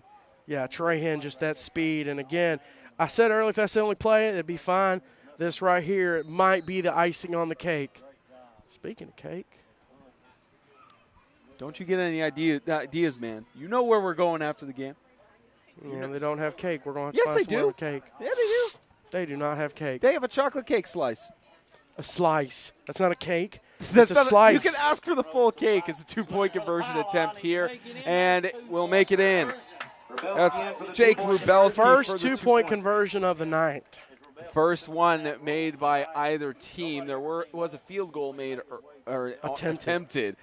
26-6 with 7:46 left to go in the third. It's Riverside leading the Mountain Lions. I'll tell you, to see, and we showed you that shot of the merch earlier, to come to games, and of course people bought the shirts and bought the All-Star Game stuff. That was Michael Hall, Riley Hall's dad, played in the All-Star Game last year, and to see people wearing something representing 8-man football, something to raise questions about, hey, what's the logo? What's that shirt all about? It's really awesome, and we really, really appreciate all of you guys who support us, who've bought our shirts, our merch. We've got the hoodies, long sleeve shirts, short sleeve shirts. We got some new shirts cooking and kind of simmering, maybe getting ready to let them out. We're excited to team up with BSN Sports to handle all of our online stores and our merchandising and our shipping. So really, really excited to team up with them. So, hey, listen, go if you got you an 8-man shirt, wear it if you know we're broadcasting your game. Of course, in order to know that, you would have to listen to Extreme Radio presented by Grace Point Healthcare, hosted by my dude right here, Spencer Tom said, Isaiah Austin, Wayne Weathers on sound, and they do a great job every Sunday live at 4 p.m. So make sure you listen to that. Of course, you know how to get to our YouTube channel because that's how you're watching the game. So just head back to the YouTube channel on Sunday afternoons and get the best 8-man football analysis for Tennessee and Kentucky. Or if you click that bell icon when you subscribe, you'll get notified on your phone as well as email anytime we go live. As Riley Hall kicks it in the backfield, it's muffed catch by Randy Paul. Randy Paul up the middle, pushes through, and ball's loose. Ball's on the ground. It's loose. I think Riverside got it. We'll see how they're going to roll it. They're going to give him the ball. And Riverside gets it. What a crushing blow for Sewanee, coming off an 8-1 season. And Randy Paul, his first year playing football, Coach Hargis told us he's a swimmer, and he's strong, he's athletic, but of course in his first year he's going to make mistakes. And he had a good return going, and then he turned it over, and it's going to happen, and you got to rebound. Looks like he just got brought down there. It was Michael Whidden who made the tackle. and helped cause the fumble. So first down and 10 on the 35. Rebelski to his right. Tillman chasing him down. And that's an intentional grounding. He's going to dream about that in his nightmares tonight, Jalen Tillman. Intentional grounding. Quarterback, blue team. 5-yard penalty from the point of the throw. Loss of down. Second down. And again, that's just mistakes that a freshman quarterback's going to make. But he had Jalen Tillman chasing him down like the boogie monster, and he's going to see him in his nightmares tonight. Jalen Tillman, big old boy, quick too, and he's going to chase him down. First you got shirts cooking, and now you're saying boogie monster instead of boogie man. James Shannon coming up with monster. No one calls it boogie monster. It's the boogie man. You sound like you're familiar with him. Hey, What, you walk around growing up singing, "Do you know the boogeyman"?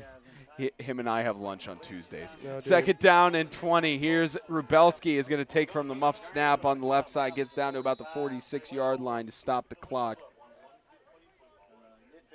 So third down and about 15. I will say on the backside of that play, you had Rebelski going out of bounds, and Thomas Stapleton had a great opportunity to pop him. It would have been a borderline hit, but he didn't make it, and that is some great sportsmanship. That is a great way to play football. I love to see when guys just absolutely, when they're sportsmanlike. It's really great.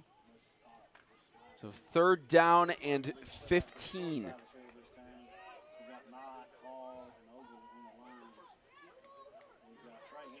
Looks like it may actually be about third down and 10. Rebelski toss on the right to Trey and intended. It's short. And Riverside likely to bring out the punt team. Now, earlier, Riverside got pinned back deep in their territory, and I talked about how Riley Hall punting, he's going to flip the field or pin you deep. In this situation, he's going to pin you deep. And speaking of pin you, leads me to one of my this segue is crazy, okay? It sounds like it already. Hold on a second. Leads me to one of my new favorite shows on YouTube, How Ridiculous. And something they say a lot is, have you got the bell on, folks? Have you got the bell on? Make sure you turn on that notification bell so you can always know when we go live. And a muffed he touched return, it. And Riverside is going to fall on it. It's in the end zone. Touchdown, Knights! Muffed return intended by DeAndre Tate. And another 6 points on the board for Riverside. What a great job by the Riverside special teams. If you're Sewanee, you got to let that ball go, let it bounce. Great punt by Riley Hall, too. By the way, folks, if you're checking out, that was a great play. If you're checking out your Tennessee High School football app, which you should have downloaded, and you're looking for live updates of the games, we have not been able to keep that updated as well as for the Webb Classical game, but we will get the final scores put on there. So sorry about the shortcoming there, but we'll get back on it ASAP. 2-point conversion attempt. Riverside is the only team to make a successful 2-point conversion in this game, and it's going to be a fake pitch. Trayan is taking it on the right. And does he get in? No, just short. They're gonna call it no good. Just short of the end zone. 32-6. Riverside trying to wrap it up here at home.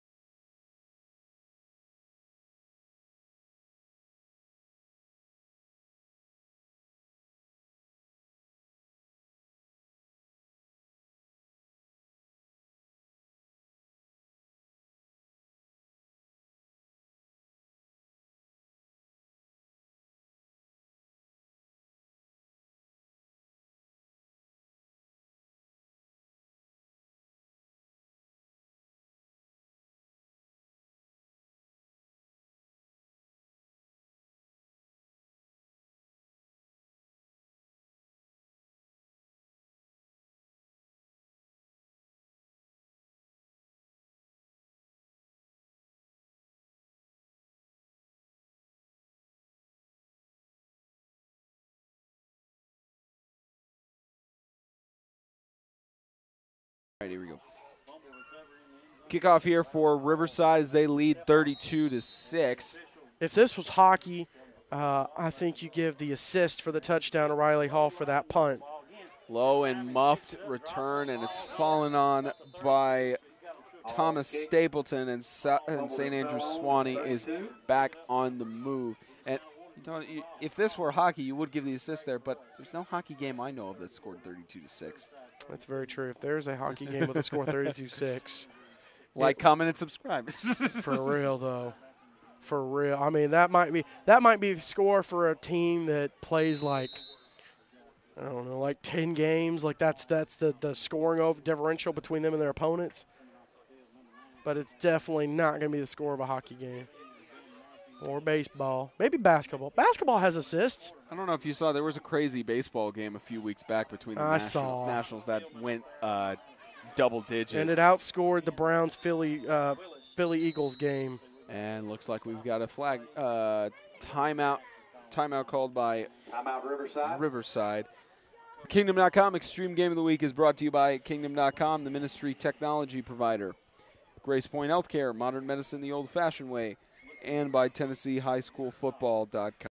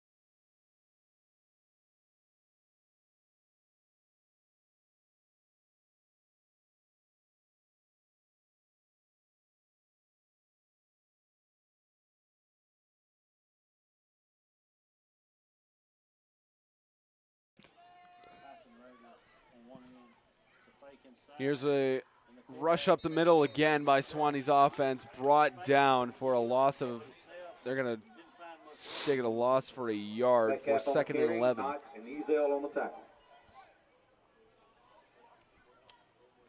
Coach Hargis, you're not going to be able to run the ball up the middle.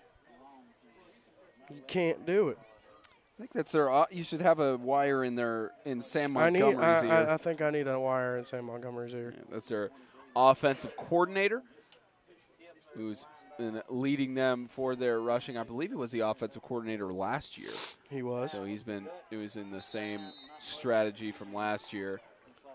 Gain of about 2 yards on the play, 3rd down and 9. On the carry, Knots on the tackle.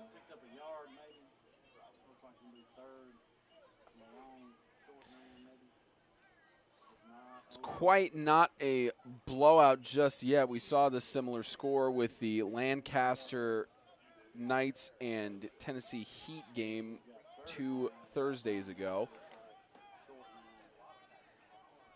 where the teams faced off, and Lancaster had to lead the majority of the game. It was not a blowout until towards the end as it stopped.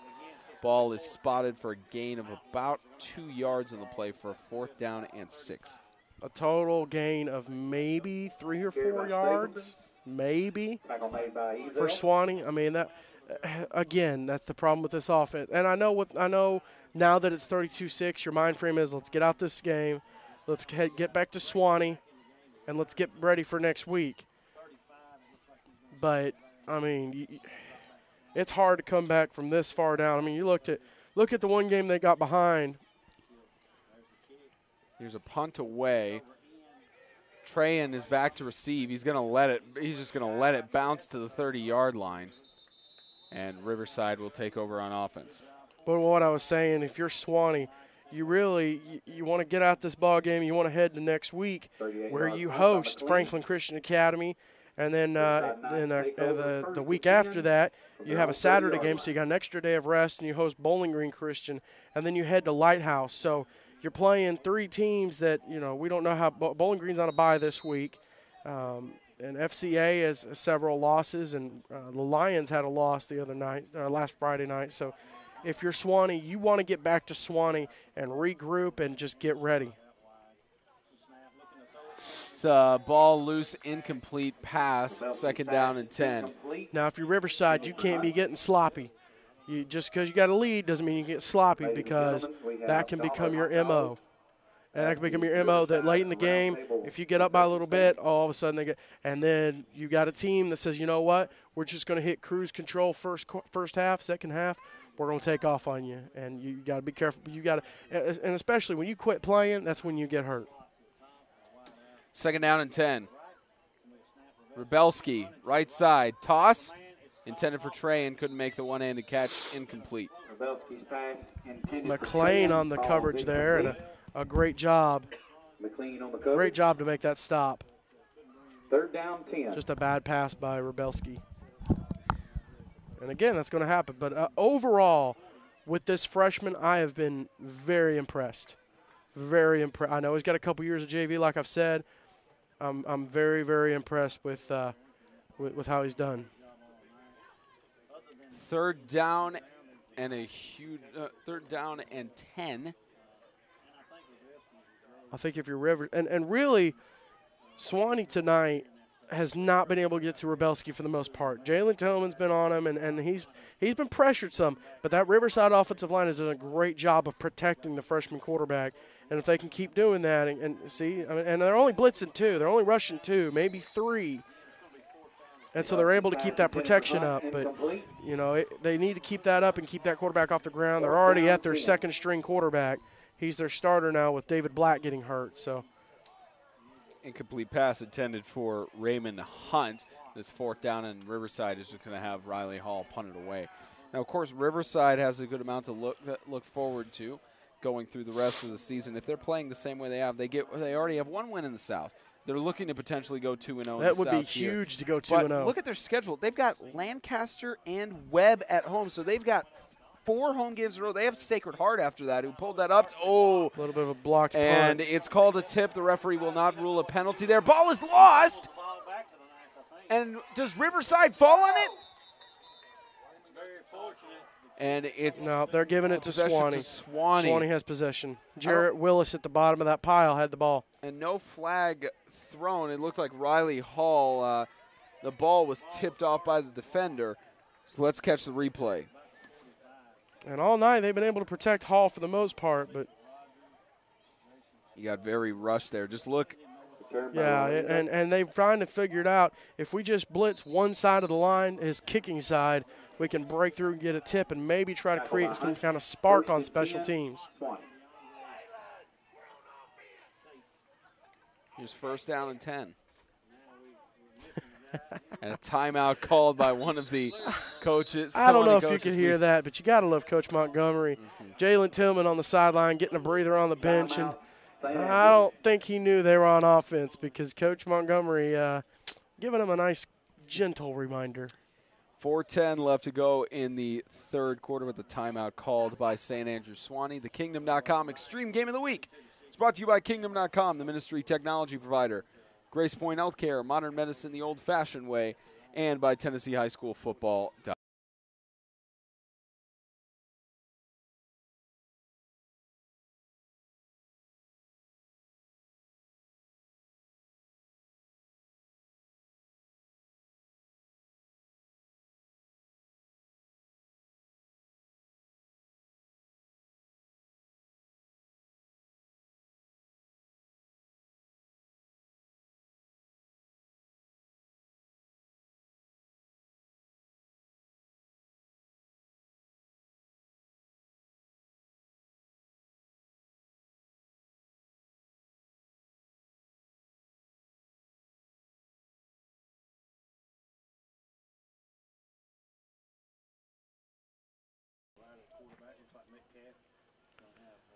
First and 10 for Sewanee on the 43-yard line.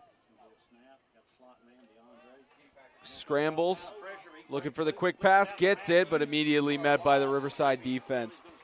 Raymond Hunt. Was that Raymond Hunt? Yep, Raymond Hunt. It was Raymond Hunt with the tackle on Ben Matthews, a senior trying to make something for the Mountain Lions, but nothing doing as it's 2nd down and 11. Sewanee maybe trying to air the ball out just a little bit more coming out of that timeout, and maybe they had a couple minutes to kind of think about it and discuss it. Going with a no-huddle offense here, going back to the shotgun. Maybe some kind of quarterback run here.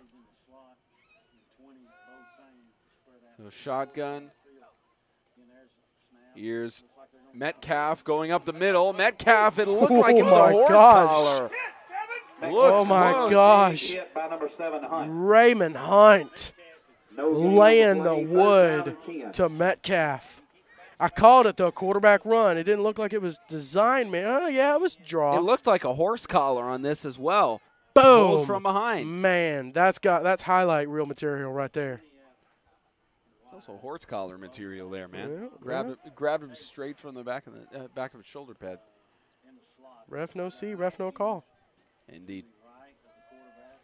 3rd and 10. Here's Metcalf scrambling. He's going to go up the middle again. 1st down and more. Metcalf is headed to the end zone. Don't call plays before I call them there. Touchdown for the Mountain Lions. Stealing my calls there, man. You can see that from a mile away. I mean, that is true. But a big, big play for the Mountain Lions, especially late in the 3rd. And the other freshman quarterback picking up the touchdown. Great job. And if you're Sewanee, I like going with the same play back to back, because you're not expecting that on defense, and all of a sudden you take it up the middle again. Hunt's out of position, and Metcalf able to punch it in. The 2-point conversion attempt coming here from Sewanee. They have not made a single 2-point conversion in the entirety of this game. So we're going to see. We've only had one good 2-point conversion. We almost had 2 with that rush by Trayan in the right corner. Going to go back to that round and pound. And here's a rush up the middle. It is no good. So with 2 minutes, 32 seconds left to go in the 3rd quarter, it's a 32-12 lead for Riverside over Sewanee.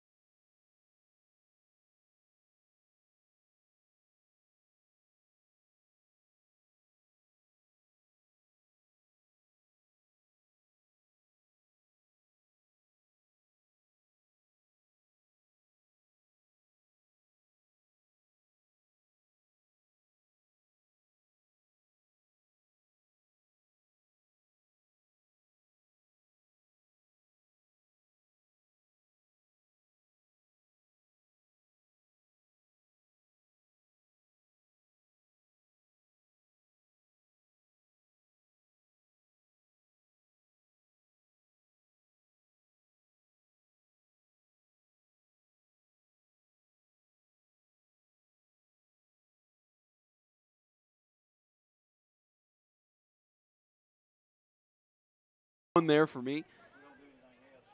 And an interception. Takes over on the 35-yard line, 1st and 10. So just look at this replay here. Right over the middle, Rubelski, and just, it looked like it was tipped by Trahan almost. Bad snap. Bad snap and rush to the outside. Gets past Hall and brought down at the 45. About 2nd down and 9. 2 minutes and counting. Tackle made by 66. There is a flag on the play.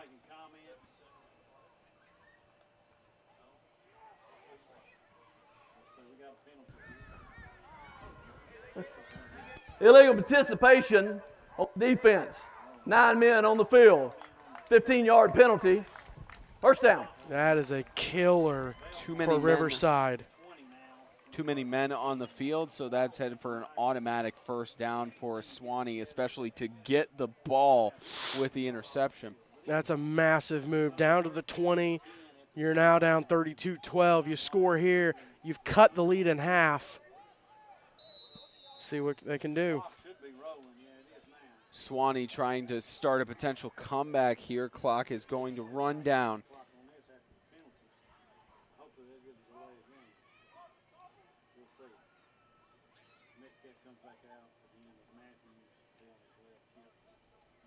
Just a little bit of offensive confusion.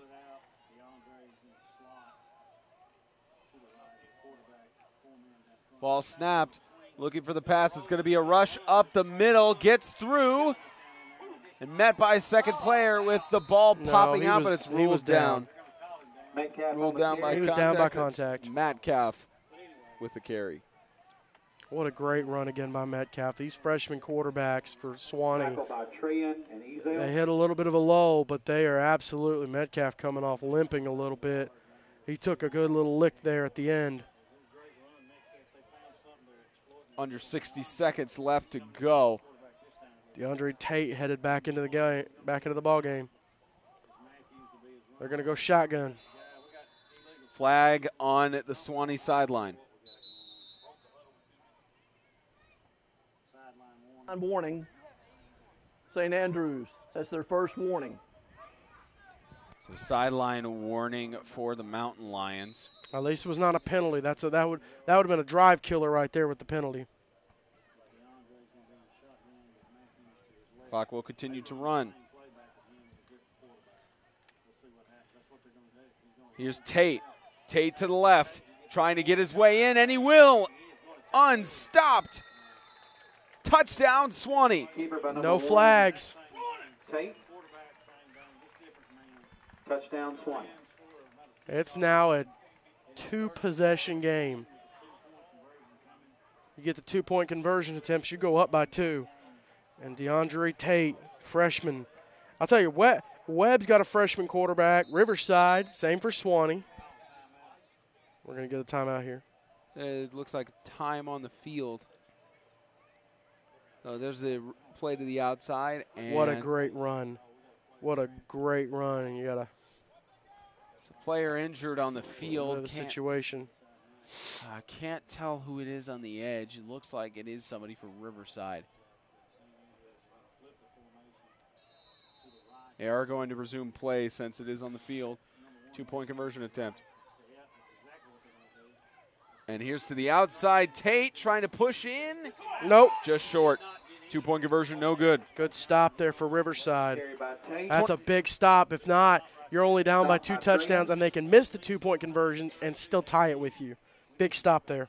24 seconds left to go before the end of the 3rd quarter. It's a 32-18 lead for the Knights.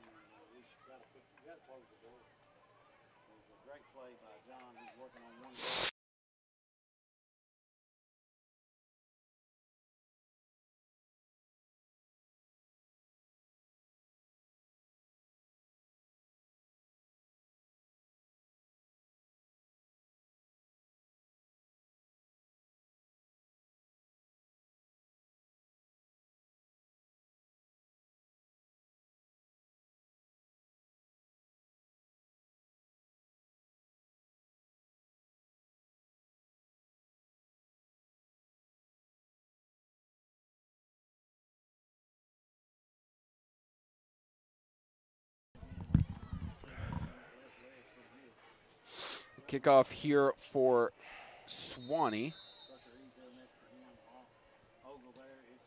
Here's deep in the backfield. It may go all the way back for a touchback, and it will. It will get to the end zone. That was almost a disaster there. Averted disaster by Sewanee. Spencer, I was going to mention all these young quarterbacks. Of course, Webb has a freshman quarterback. Same for Riverside, same for Sewanee. And now that I'm looking down the list, you got Deuce Bragg, the 8th grader from Lancaster. Brandon Goolsby, who's a sophomore for the Tennessee Heat. Sam Hubbard's a sophomore for Franklin Classical. Jake Keel is a sophomore for, or a freshman for Sacred Heart. And then you have Andrew Crawley, a sophomore for South Haven. So that's right off the bat, that's 8 of your 12 MTAC teams with either a sophomore or a freshman at quarterback. We're going to have some great quarterback classes coming up. A couple good senior quarterbacks, Rowley, McDowell, and Brown. And, of course, Daniel Holcomb, the junior at Franklin Christian. Ball muffed in the backfield, but it's kept in possession to Riverside. They're tripped up for a loss of about 5 yards on the play for 1st and 15. And I think they will take that to the end of the quarter. There is a cramp on the field. Waiting for a signal from the official. And that will end the 3rd quarter. The score is 32-12. It is only a 20-point difference between the teams. Excuse me, 32-18 actually. Only give Sewanee the touchdown. Yeah, I didn't update the scoreboard. Give on him that 6. One. Yep. 32-18 is the score. The Kingdom.com Extreme Game of the Week is brought to you by Kingdom.com, the ministry technology provider, Grace Point Healthcare, modern medicine the old-fashioned way, and by Tennessee High School Football.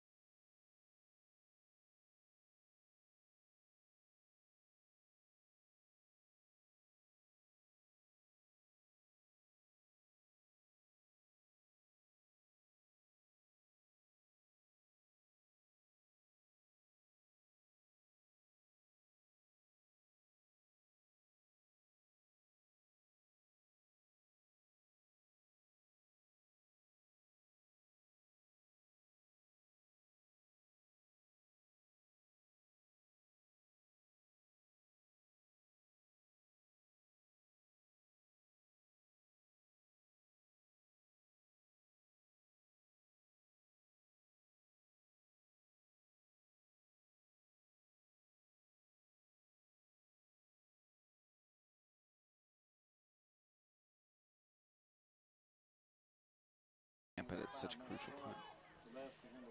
Fields switch to 2nd and 15. Riverside is just going to take it up the right side, and here goes Raymond Hunt is staying inside. Raymond Hunt, it takes about 4 or 5 guys to bring him down at the 43-yard line for a big first down for Riverside, and there is an injury. Crutcher Ezell is down. Oh, boy. That could be crucial. Let's see what happened to him. See if we can get on the backside here. Riverside ball, 1st and 10 on the 43. Well, he wasn't carrying the ball. Let's see if we can get a little bit better shot there. Looks like he's the fullback on the play. He was going down. Well, he just got bounced around a little bit, and it might have knocked the wind out of him. He was on fullback. He came up the middle and bounced off of Stapleton. And just an injury there, and we will step aside.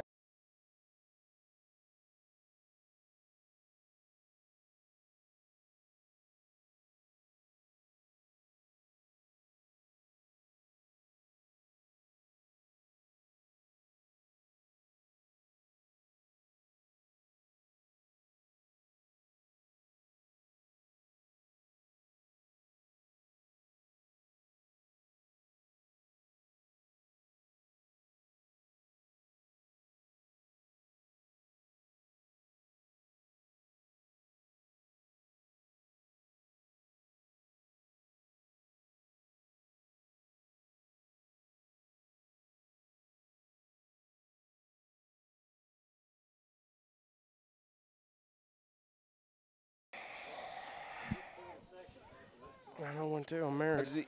Here is a first down and 10 for Riverside after the big run. Here goes Raymond Hunt again. Raymond Hunt on the left side will be brought down for a loss of about 6 yards on the play. 2nd and 16. Big defensive stop for Sewanee. Sewanee making it known they are not going out without a fight.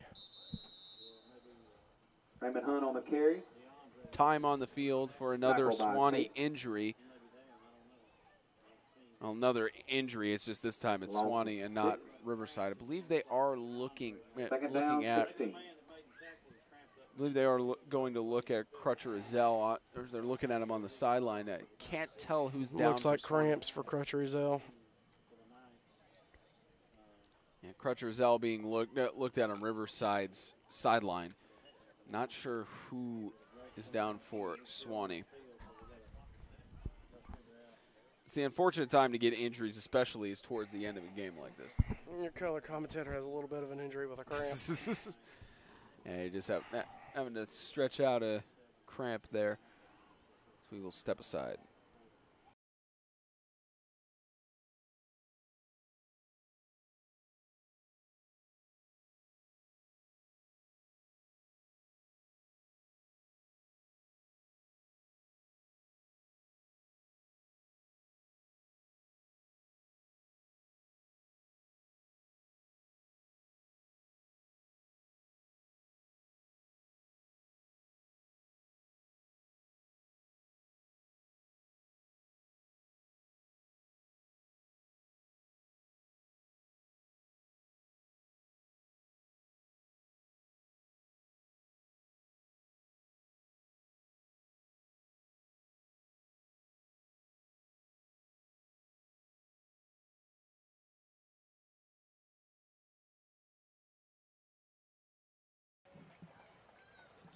DeAndre Tate is the injured player for Sewanee. He is just going to walk off of the field. 11:19 left in regulation. We'll see how Riverside performs in this offensive drive. 2:15 left to go. Training staff is going to look at DeAndre Tate.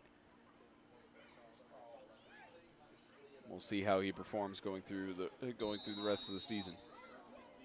Clock will continue to run. 2nd down and 15. I formation for Riverside. And here goes Raymond Hunt up the middle for a gain of about 3 yards for 3rd down and 12. Hunt on the carry. Sewanee stepping up when they need to. And making the stops. It would be huge right here to force a punt, because you're only down by 2 touchdowns. You're down by 14 points if my math is correct.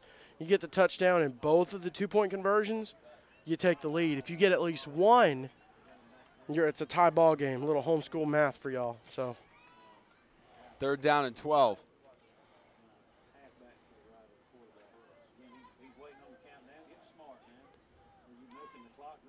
Rush to the right. Tillman will force him to throw it away. And there is a flag. Intentional grounding, number 2 offense. 5-yard penalty from the spot of the throw. Loss of down, be 3rd down.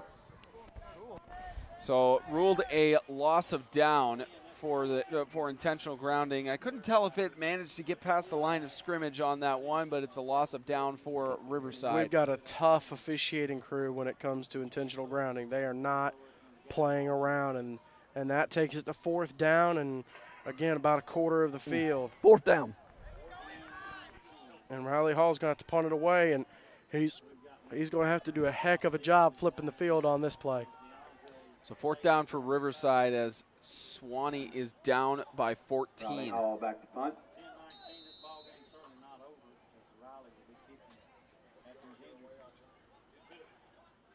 Punt away low, and it's going to bounce over. No one has deflected it, and he flipped it. He flipped the field. Stopped at the 32-yard line. So Sewanee back to work on offense. And got an update from Franklin. I looked up what may be north and saw some lightning, and they have actually called the Webb Classical game early due to lightning. I don't even know if they made it to the second half. So 33-6 the final. Classical second game this year that did not finish. And of course, due to lightning, you can't help that. It's a act of God, act of Mother Nature, if you prefer. I prefer to say act of God, but you know, big win for Webb, picking up that south win. Here's a rush attempted up the middle, stopped by the Riverside line for 2nd down and 9.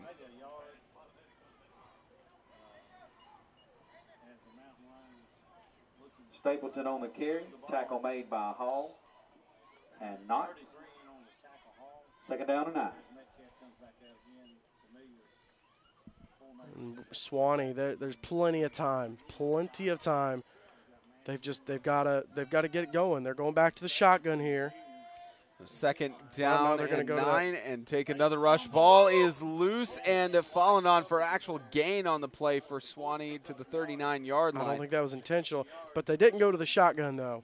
They did not go to the shotgun, but it is 3rd down. Covered by Sewanee. Well, they gained quite a few yards on that one. It's now 3rd down, about 3-4 yards to go. 3rd down and 3. If they can convert here, keep this drive alive, and that'll be good.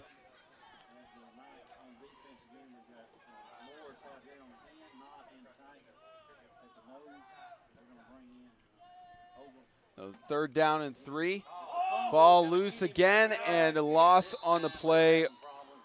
That's Baylor Metcalf trying to get the snap, but unfortunately muffed. It's 4th down, and Sewanee will essentially have to go for it. That gain they just got after the fumble, it's removed immediately.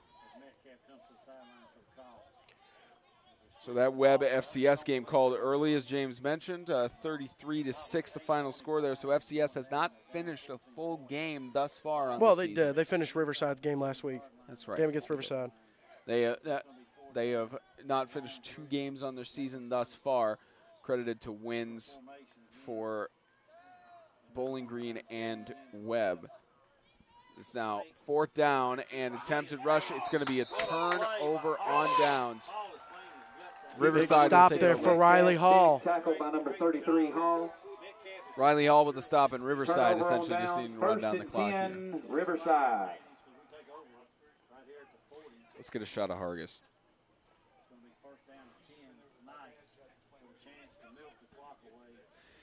Let's go ahead and get a shot of John Hargis, the head coach for St. Andrews Sewanee. He's in his 6th season as a head coach for the Mountain Lions.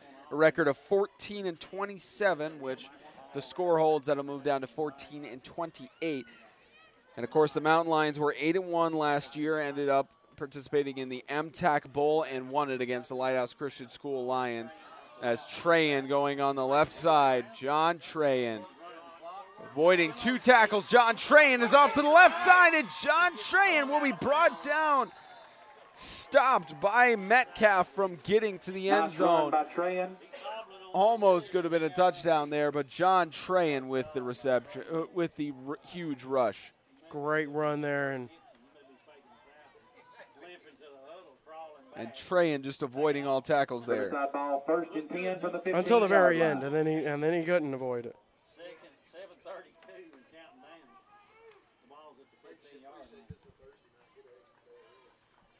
Something that is interesting about this game, of course, being a Thursday night game, Riverside coming off a short week, Sewanee kicking off their season here, but they both have an extra day of rest. They both play next Friday, and so they have an extra day of rest, and that we'll have to see how that plays into there. Looks like it was Levi Ogle with the rush, and 2nd down and 9. Riverside. Like you said, got a big game next week. They host Lancaster Christian, a 4-game homestead. Sewanee, Lancaster, Webb. So 2 big MTAG South games after tonight. And then they host Sacred Heart of Jesus. And we'll have to see how the Knights are doing from there. Sewanee after tonight, they're going to host Franklin Christian and Bowling Green at home. and then they are going to travel to Lighthouse. So next 3 games, very big and very important for both these teams. So here goes rush on the right. As Crutcher Zell collided with for a gain of about a yard on the play, 3rd down and 7. Trying to run that clock out. There's now 6 minutes to go. A little over 6 minutes to go.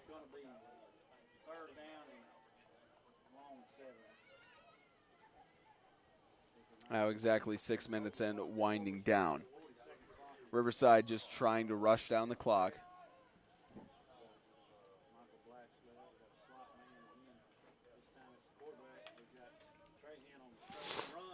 Here's Trayan up the middle, flag thrown, but Trayan just short of the end zone will check the flag. Trayan, the ball carrier. Flag on the play. Let's see what the call is. Looks like they're Chop block. 66 offense. wow. A 15-yard penalty. Still 3rd down. Again, getting on the PA system there, James. I just want talk time. That's all I want. 15 yards. You just want to express to the referee how much you can. Exactly. Of course.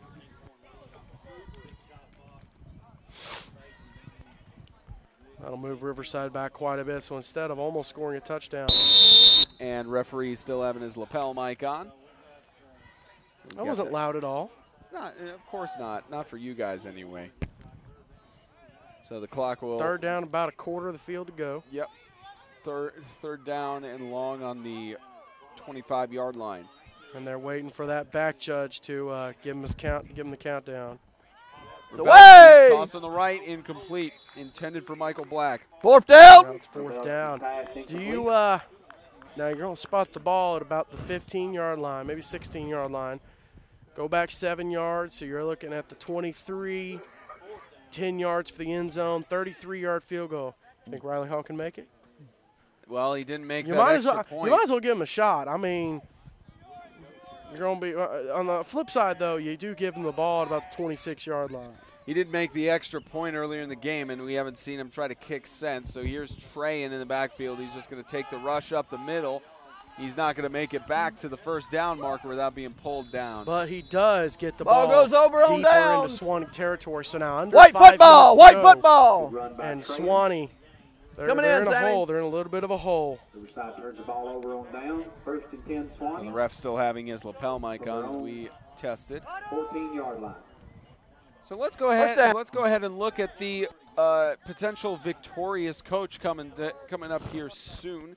If the score holds, of course, we're talking about Travis Creasy for Riverside Christian Academy. He's in his 6th season and has a positive record of 27 and 23 overall. And of course, the Knights missed the postseason last year at a 1-9 record. They're already set to get more victories than they did last year for 2-1 to start their season. Travis Creasy, with his assistance from Matt O'Neill, Greg Eaton, and Kevin Whitworth, looking to have a dramatic turnaround for Riverside, and they're already poised to do that. As Sewanee tries to take the rush up the middle, will be stopped. 2nd down. Gain of about a yard, and for 2nd down.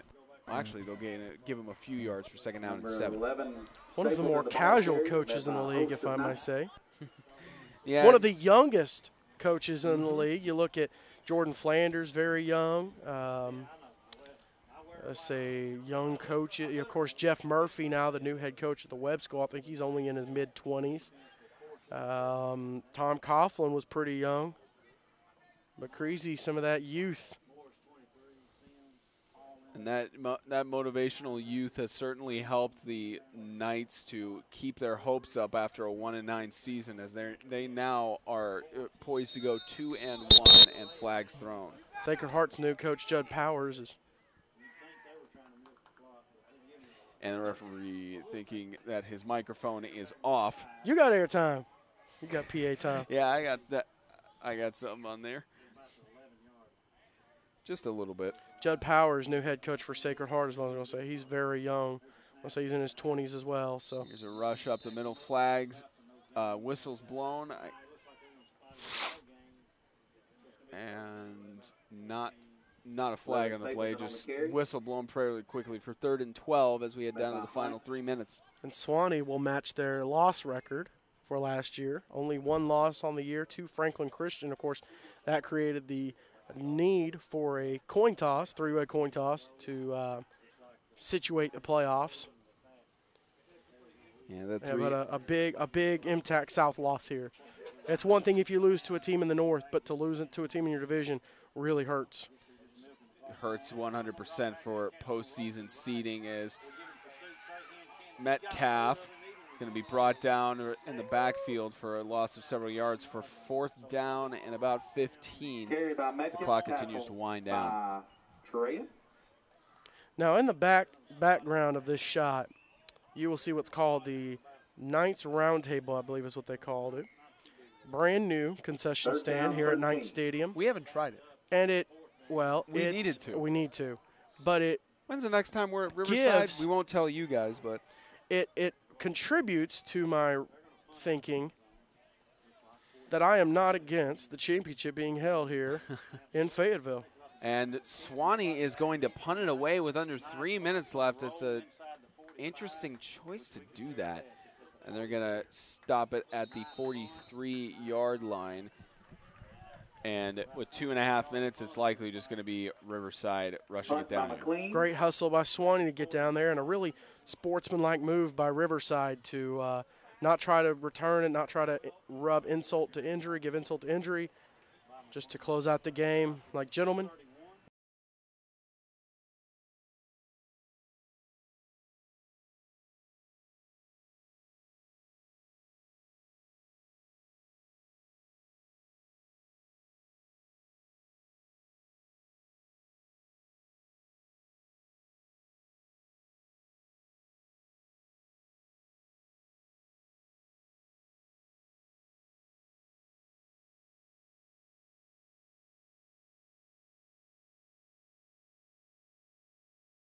Yep, that's fine. All right, James is going to head down to the field for the post game on Instagram Live. We're going to get a last shot here as the ball is fumbled by Riverside and recovered by the Knights. We had to second down. Play recovered by Ezel. Had to second down in about 12. So the clock winding down with about 2 minutes left to go in regulation. As the Riverside Knights, Creasy will add to a positive record, as we mentioned when we had the shot of him. Here's second down. Fake rush, right side, weaves through. Here's Crutcher Ezel. He's going to be brought down. Flag's thrown, and we'll check the flag.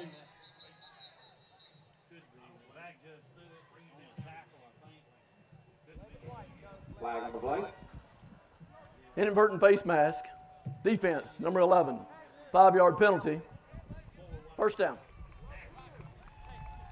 Riverside ball, 1st and 10. As they rule it an inadvertent face mask. Again, the referee thinking he has his lapel mic off. So an inadvertent face mask with the clock winding down, 1:30 left to go in regulation. And Riverside with the first down will just rush it down here, and the ball up the middle. Second down. Ezel with a give to Hunt. No gain on the play. Second down. So the Knights will move to 2-1 on their schedule. Sewanee will take their first loss, and it's a big one with a loss in the South. They'll start out their season 0-1 as they head into their next South game against Franklin Christian Academy, hosting them in Sewanee. Of course, Sewanee has their 4 p.m. games.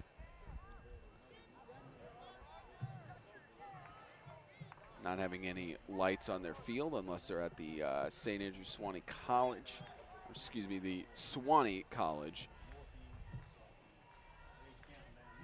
So Riverside is just going to rush it down for, looks like probably one last play. They will call a timeout.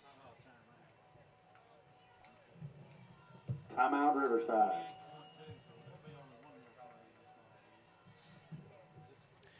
So 28 seconds left to go in regulation. A timeout by Riverside to rush it down for one more play just to close this out.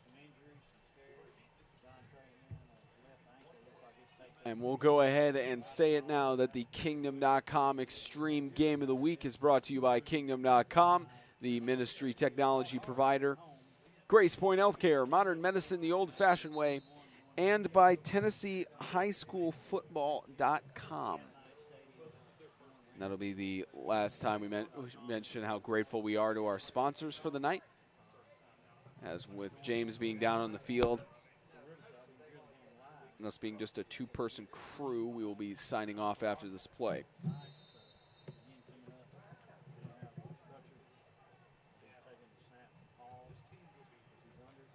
So I believe Riverside will just knee it down after this. And that will do it. The Riverside Christian Academy Knights, in a must-needed win in the South for playoff seeding, go 2-0 in the South. Only lost to Christian Community up in White House.